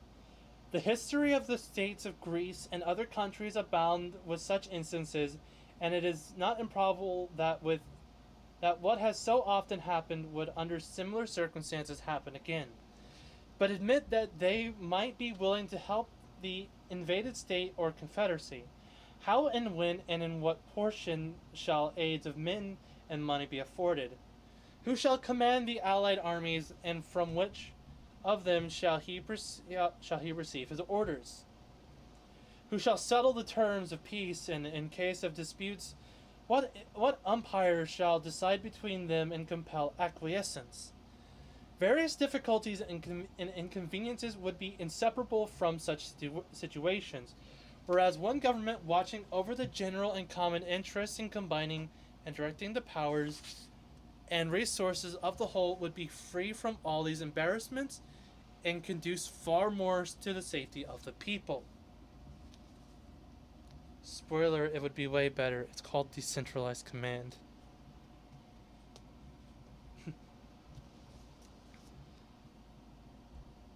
Are you an anti-federalist, Mr. Poopy Butthole? Just curiosity.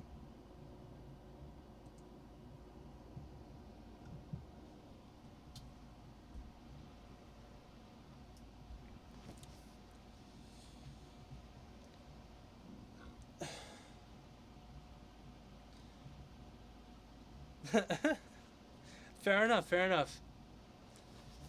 How about the anti-federalism? I'll probably get the anti-federalist papers and read them if you would like that. But whatever may be our situation, whether firmly united under one national government or split into a number of confederacies, certain it is that foreign nations will know and view it exactly as it is. They will act towards us accordingly. If they see that our national government is efficient and well administered, our trade prudently regulated, our militia properly organized and disciplined, our resources and finances discreetly managed, and our credit reestablished, our people free, contented, and united, they will be much more disposed to cultivate our friendship than provoke our resentment.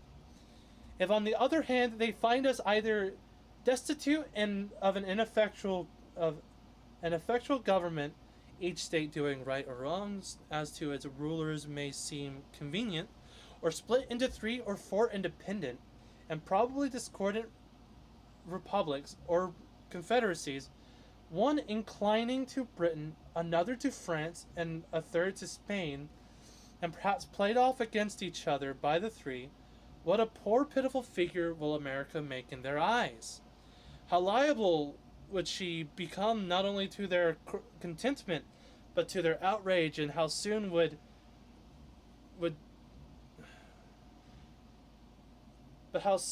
dear be a dear brought let me try again. How liable would she become not only to their contempt but their outrage, and how soon dear bought experience proclaim that when people or families so divided, it never fails to be against themselves. Publius.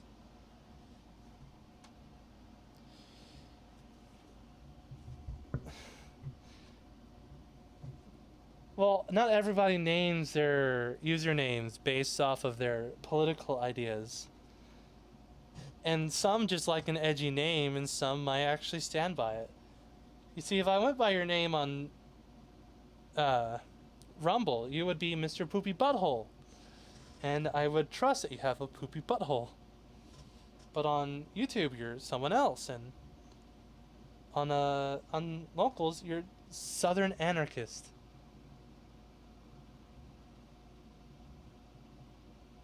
Or South Anarchist. I keep saying Southern Anarchist.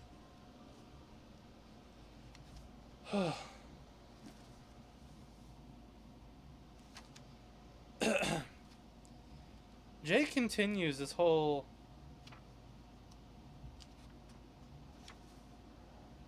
dangers of foreign governments for a very long time. And these are the only letters he writes in this, I believe. I don't think he writes anything else after this.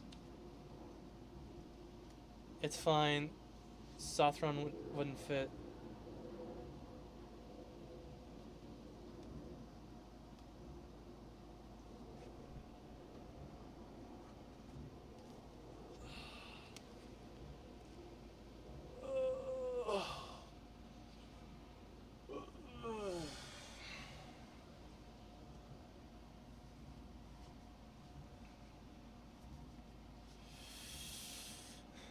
We will finish up the last of the J letters, I believe. Unless he wrote one more after.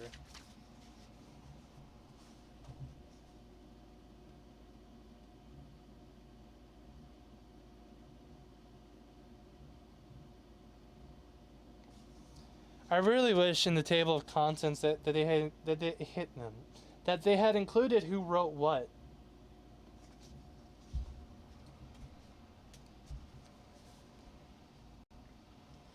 Federalist number 5, continuing from the last. It doesn't say that, but that's what I'm reading it as. For the Independent Journal, Saturday, November 10th, 1787. J. To the people of the state of New York. Queen Anne, in her letter of the 1st July, 1706, to the Scotch Parliament, makes some observation on the importance of the Union, then forming between England and Scotland, which merit our attention. I shall present the public with one or two extracts from it. An entire and perfect union will be the solid foundation of lasting peace. It will secure your religion, liberty, and property, remove the animosity amongst yourselves, and the jealousies and differences betwixt our two kingdoms. It must increase your strength, riches, trade, and by this union the whole island, being joined in affection and free from all apprehensions of different interests, will be enabled to resist all its enemies. We most earnestly recommend to you calmness and unanimity in this great and weighty affair, that the union may be brought to a happy conclusion, being the only effectual way to secure our present and future happiness, and disappoint the designs of our and your enemies, who will doubtless on this occasion use their utmost endeavors to prevent or delay this union. My post was deleted. Wait, your post was deleted?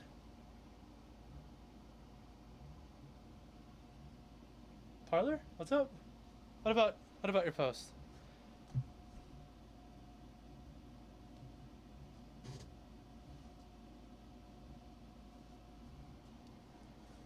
Fuck. Apparently I missed someone's comment like 2 minutes ago. Alright, I'm gonna stay out. I'm out. Stay home. Peace out, poopy butthole. Take care, man. It was remarked in the preceding paper that weakness and division at home would invite dangers from abroad, and that nothing would tend more to secure us from them than union, strength, and good government within ourselves. This subject is copious and cannot easily be exhausted. The history of Great Britain is the one with which we are in general the best acquainted, and it gives us many useful lessons. We may profit by their experience without paying the price which it cost them, although it seems obvious to common sense that the people of such an island should be but one nation.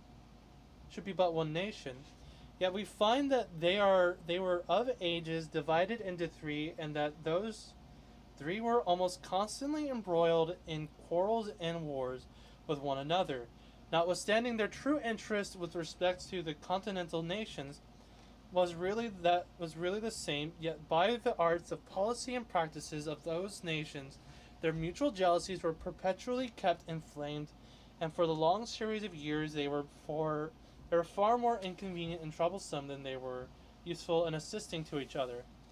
Should the people of America divide themselves into 3 or 4 nations, would not the same thing happen? Would not similar jealousies arise and be like manner cherished?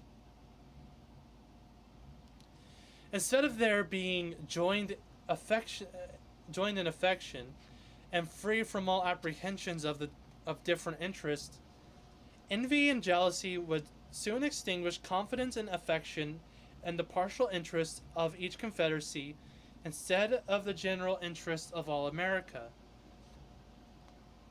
Or rather, the interests of all America would be only objects of their policy and pursuits. Hence, the most other bordering nations, they would always be either involved in disputes and war, or live in the constant apprehension of them.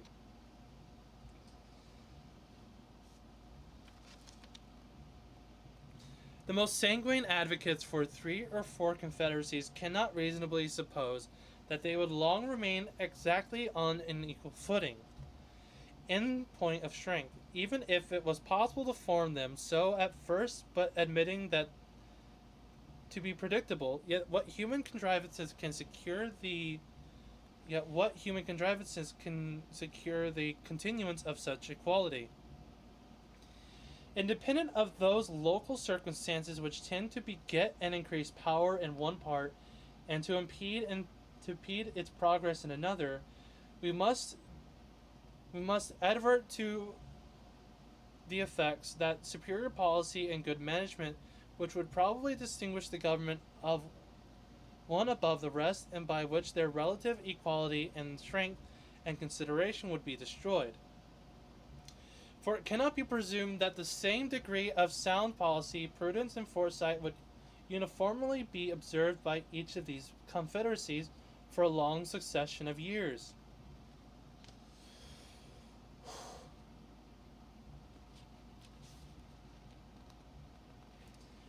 Whenever and from whatever causes it might happen, and happen it would, that any one of these nations or confederacies should rise on the scale of political importance, much above the degree of her neighbors, that moment would those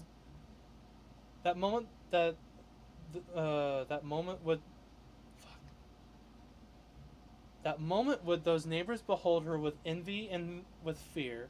Both those passions would lead them to countenance, if not to promote, whatever might promise to diminish her importance, and would also restrain them from measures calculated to advance or even secure her prosperity. Much time would not be necessary to enable her to discern these unfriendly dispositions. She would soon begin not only to lose confidence in her neighbors, but also feel a disposition equally unfavorable to them. Distrust naturally creates distrust. And by nothing is goodwill, and will in kind conduct more speedily change than by invidious jealousies and uncandid imputations, whether expressed or implied.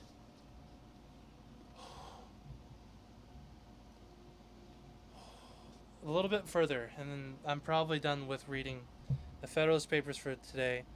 I'll probably end up sitting down for a little bit and then trying to and going over what I just read and giving introspections.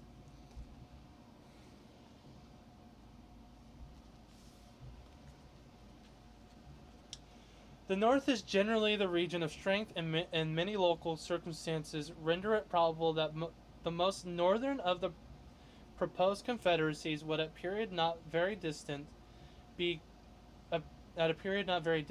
unquestionably more formidable than any of the others.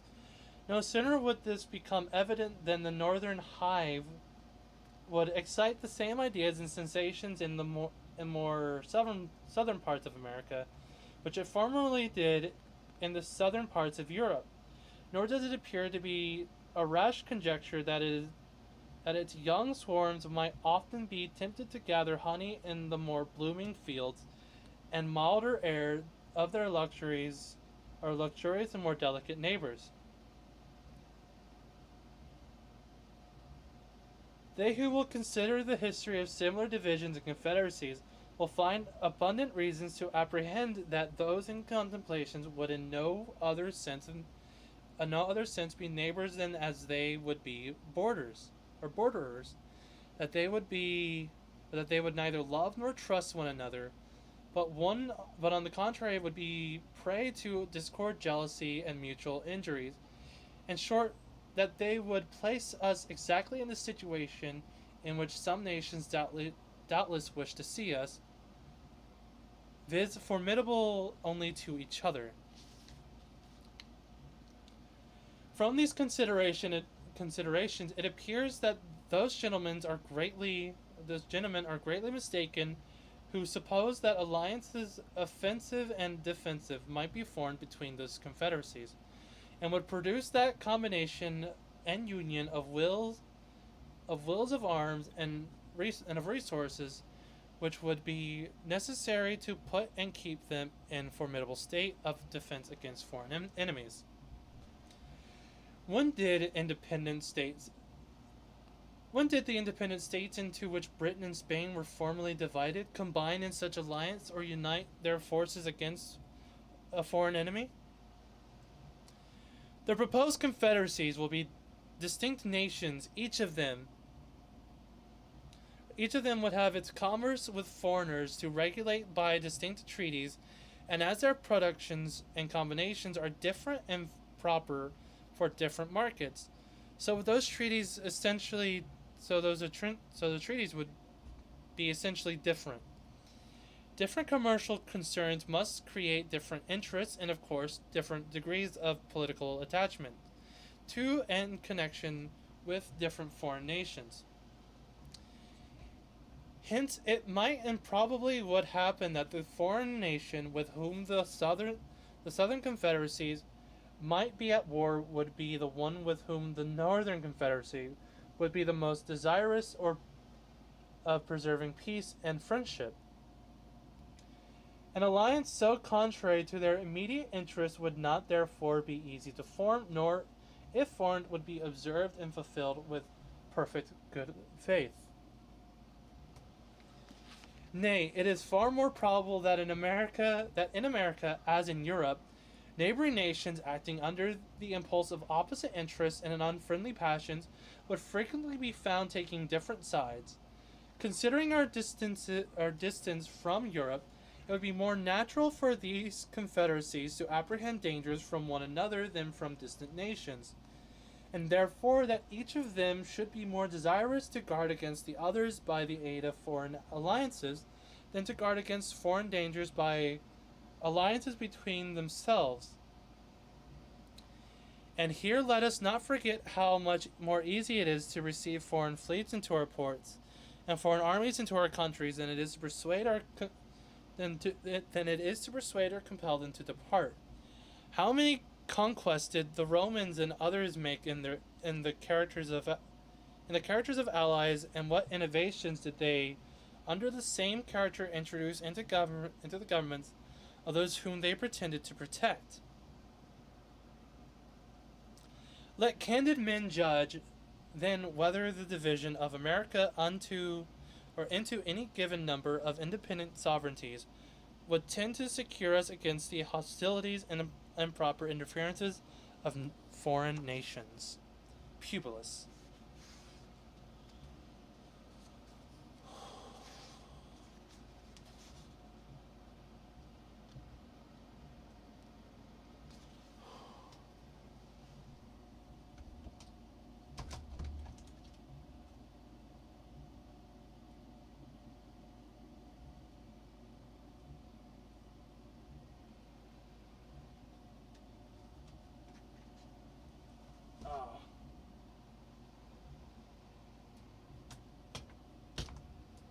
Fuck.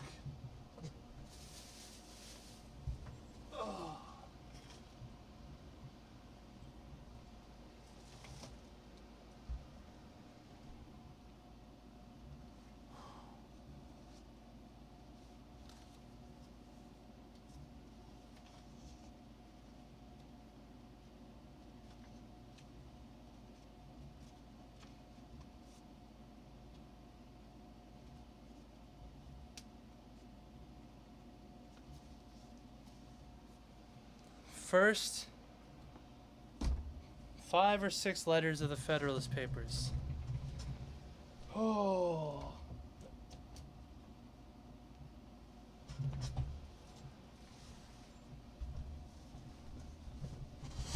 Oh.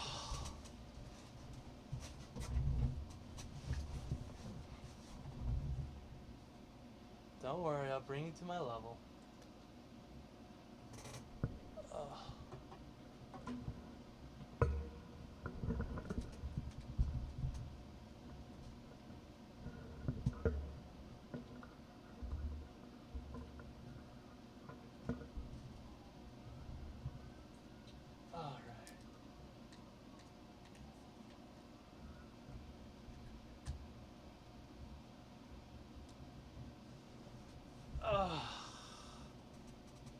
There we are.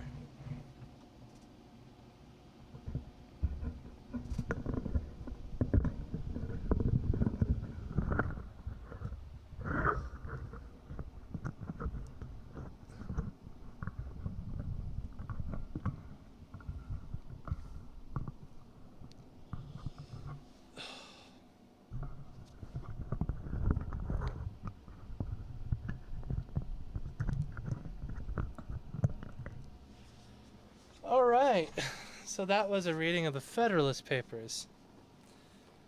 Not the entire thing, obviously, because with my attempt at presenting it is very strenuous and tiring.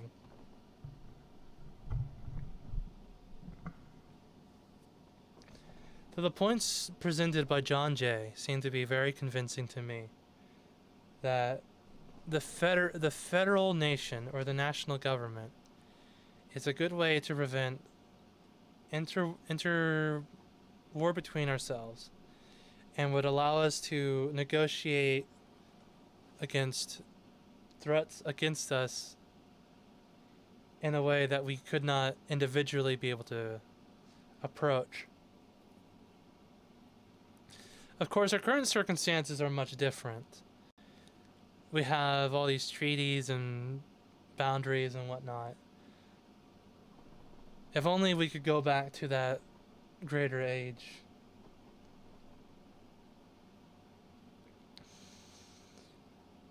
I will say that was nice and tiring at the same time. My arms are jello right now for some reason. At least with all that reading. It's not the worst. We'll get used to it. I'm glad you enjoyed it, Julian. I plan on coming back to this soon. I'll probably do a recording of it next time. I'll probably just continue doing this even though funny news topics might appear. Or this might be like a 1 day a week sort of thing, like my Friday Federalist Papers. That's not on Friday. Oh.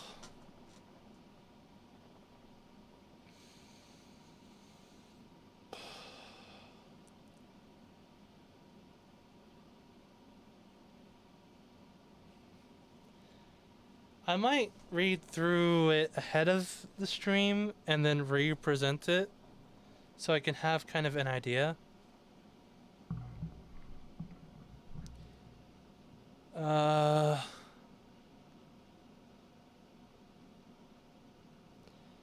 Thinking.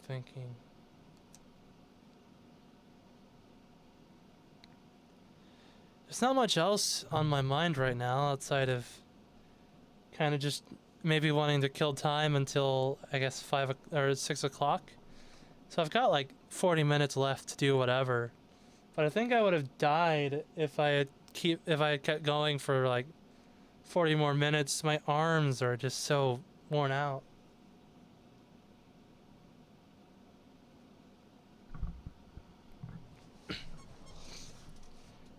I don't think I was able to quite put thoughts between the first 5 proper Federalist Paper letters because it was all just a continuation of the last. So John Jay just wrote one really long thought, and I think that's the last of his contributions to it.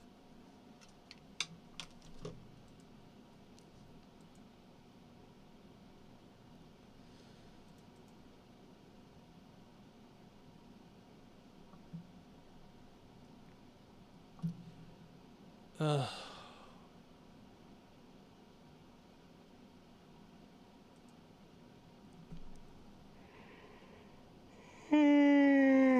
Fucking hell.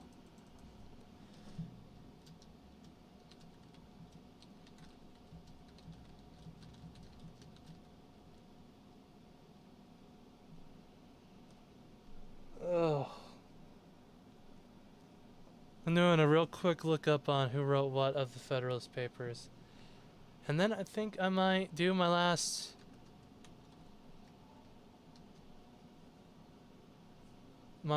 read of the ad from Dragon's Treasure, and then that'll probably be the show.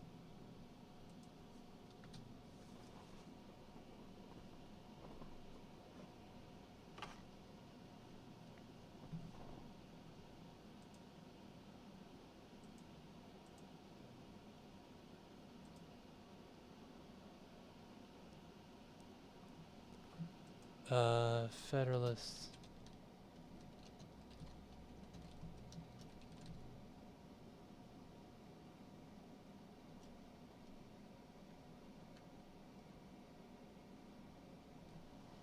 authors.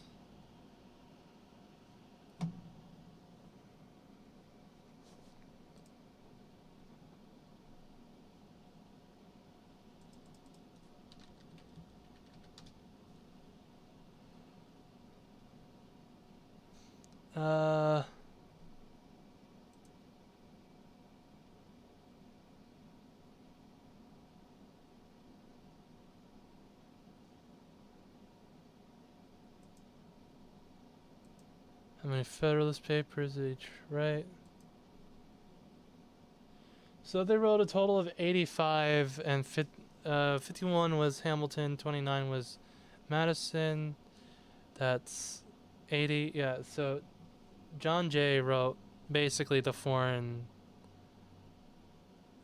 portions.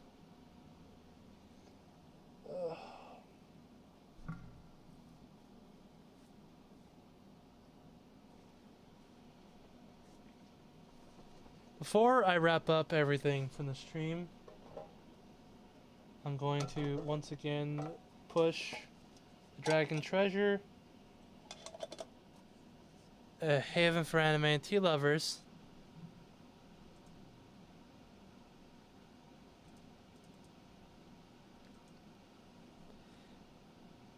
Oh, Butterscotch got moved from the front page.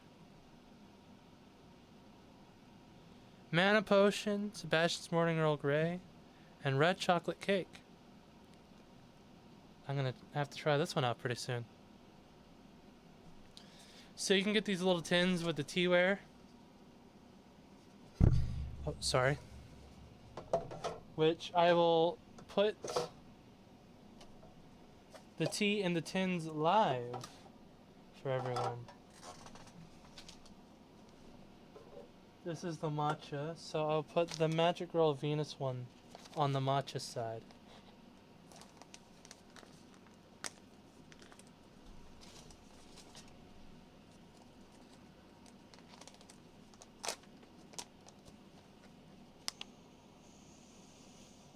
Ugh. It's like crack. It smells so damn good.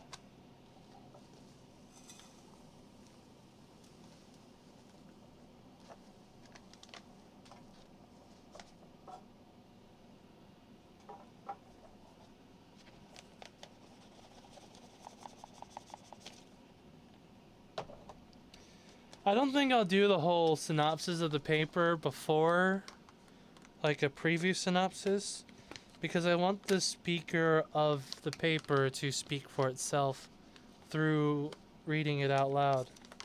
So I'll probably give like a post, like a summary.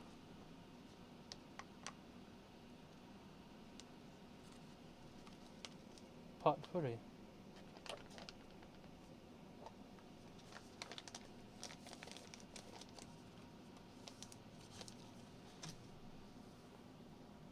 Give me just a moment to figure out what that is. Potpourri.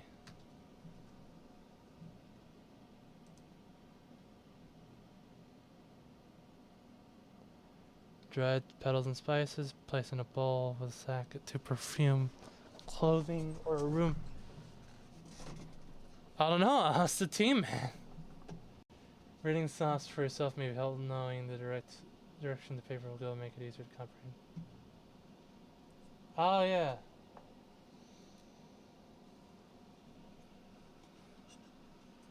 Yeah, but the synopsis is typically someone's interpretation of their words anyway. I would much rather... I know it's probably better, and I'm being thick-headed right now about the approach. But I'd much rather get the estimation myself from my reading of the text rather than someone's... Yeah. So you get it. So that was Magic Girl Venus. It's an orangey flavor. It actually smells like you have an orange in the bag.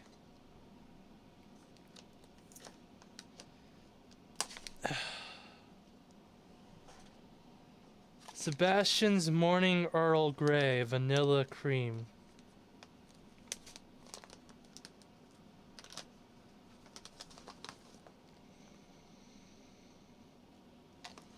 It smells more like cream than a vanilla, but it tastes outstanding. I love this stuff. It's like crack to me.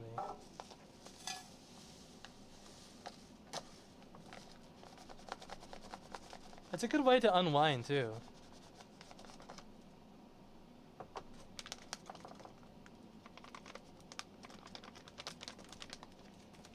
Oh.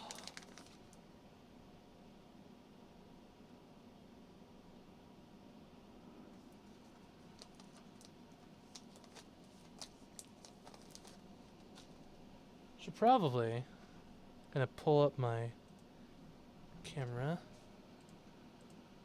Okay, so you got the Dragon's Treasure tea. Code Layman for 10% off. So if I present it like this,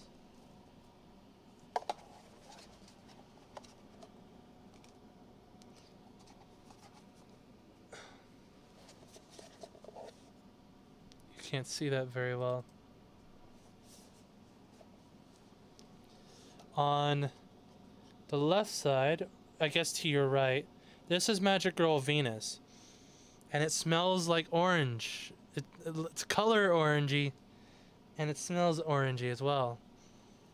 And this is Sebastian's Morning Earl Grey. It's a very beautiful looking floral kind of vibe to it, and I greatly appreciate it. It tastes very good. It's very much worth the... It was worth me paying like $200 for the whole year just to be able to have my own ad, basically. And this, unfortunately, is an emptier thing of the Uncle Iroh's jasmine tea.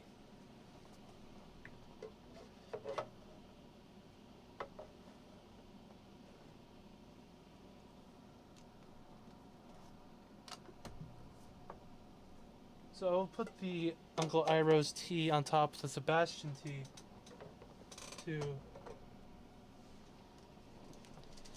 set it so that way the heavier one is on the bottom.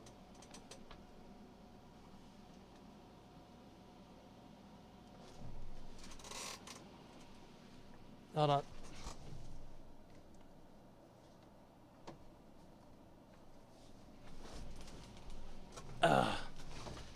You know, I would think that I'd get a little nervous about the reading of the text, because I'm remembering back to high school, back whenever I would sing in front of people and speak. It would make me so nervous. I would have so much trouble composing myself.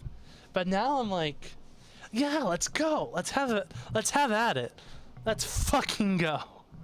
And it's a little introspection is, it's such a stark difference between who I was and who I am now. And I very much appreciate who I am now. But I will say, there's something I miss about the guy that I was before. Little differences here and there. I will probably take some time, maybe the remaining 30 minutes, either after I get done cooking or whenever I come home from visiting family and friends.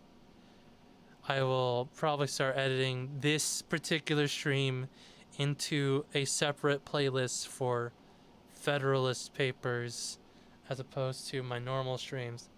And I think I might do this every Wednesday.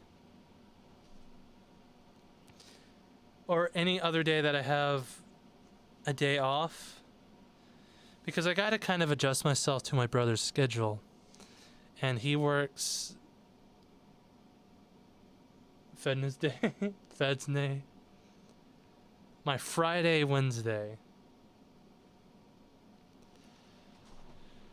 I'll try to keep at it. I'll definitely do my best for that because I find it very interesting.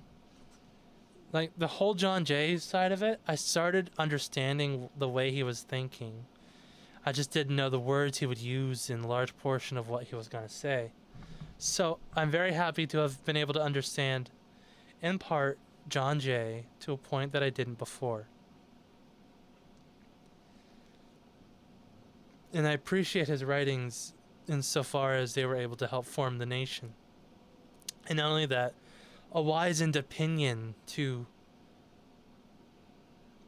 lead others into coming to the opinion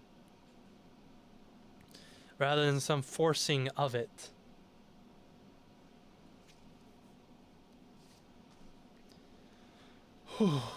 I think that's it for my show today.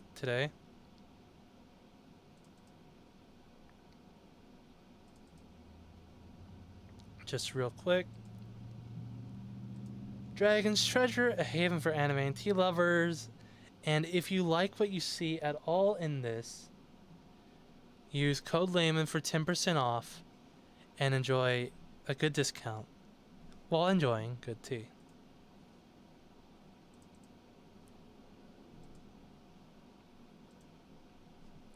It's amazing the caliber of writing from then until now. Nowadays, most people can barely read, let alone get through 2 paragraphs of these papers.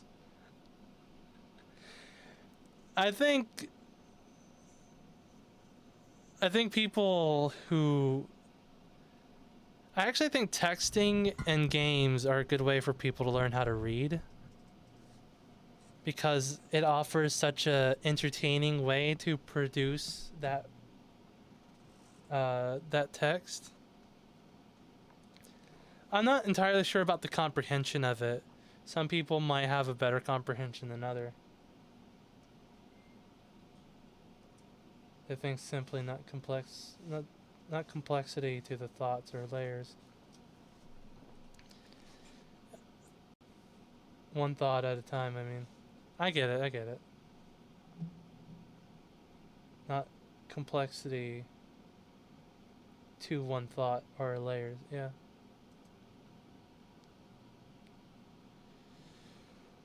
Ooh.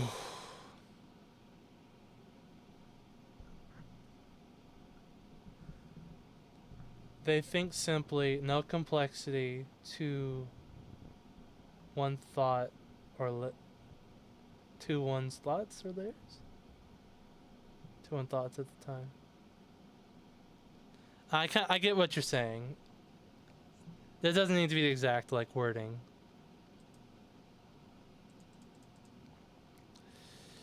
I thought reading the Federalist Papers in the way that I was going to would be mildly easy, if not so hard. But now that I'm here, I'm like, fuck. But I'm glad I did it. I don't regret the little pain that I had to deal with while doing it.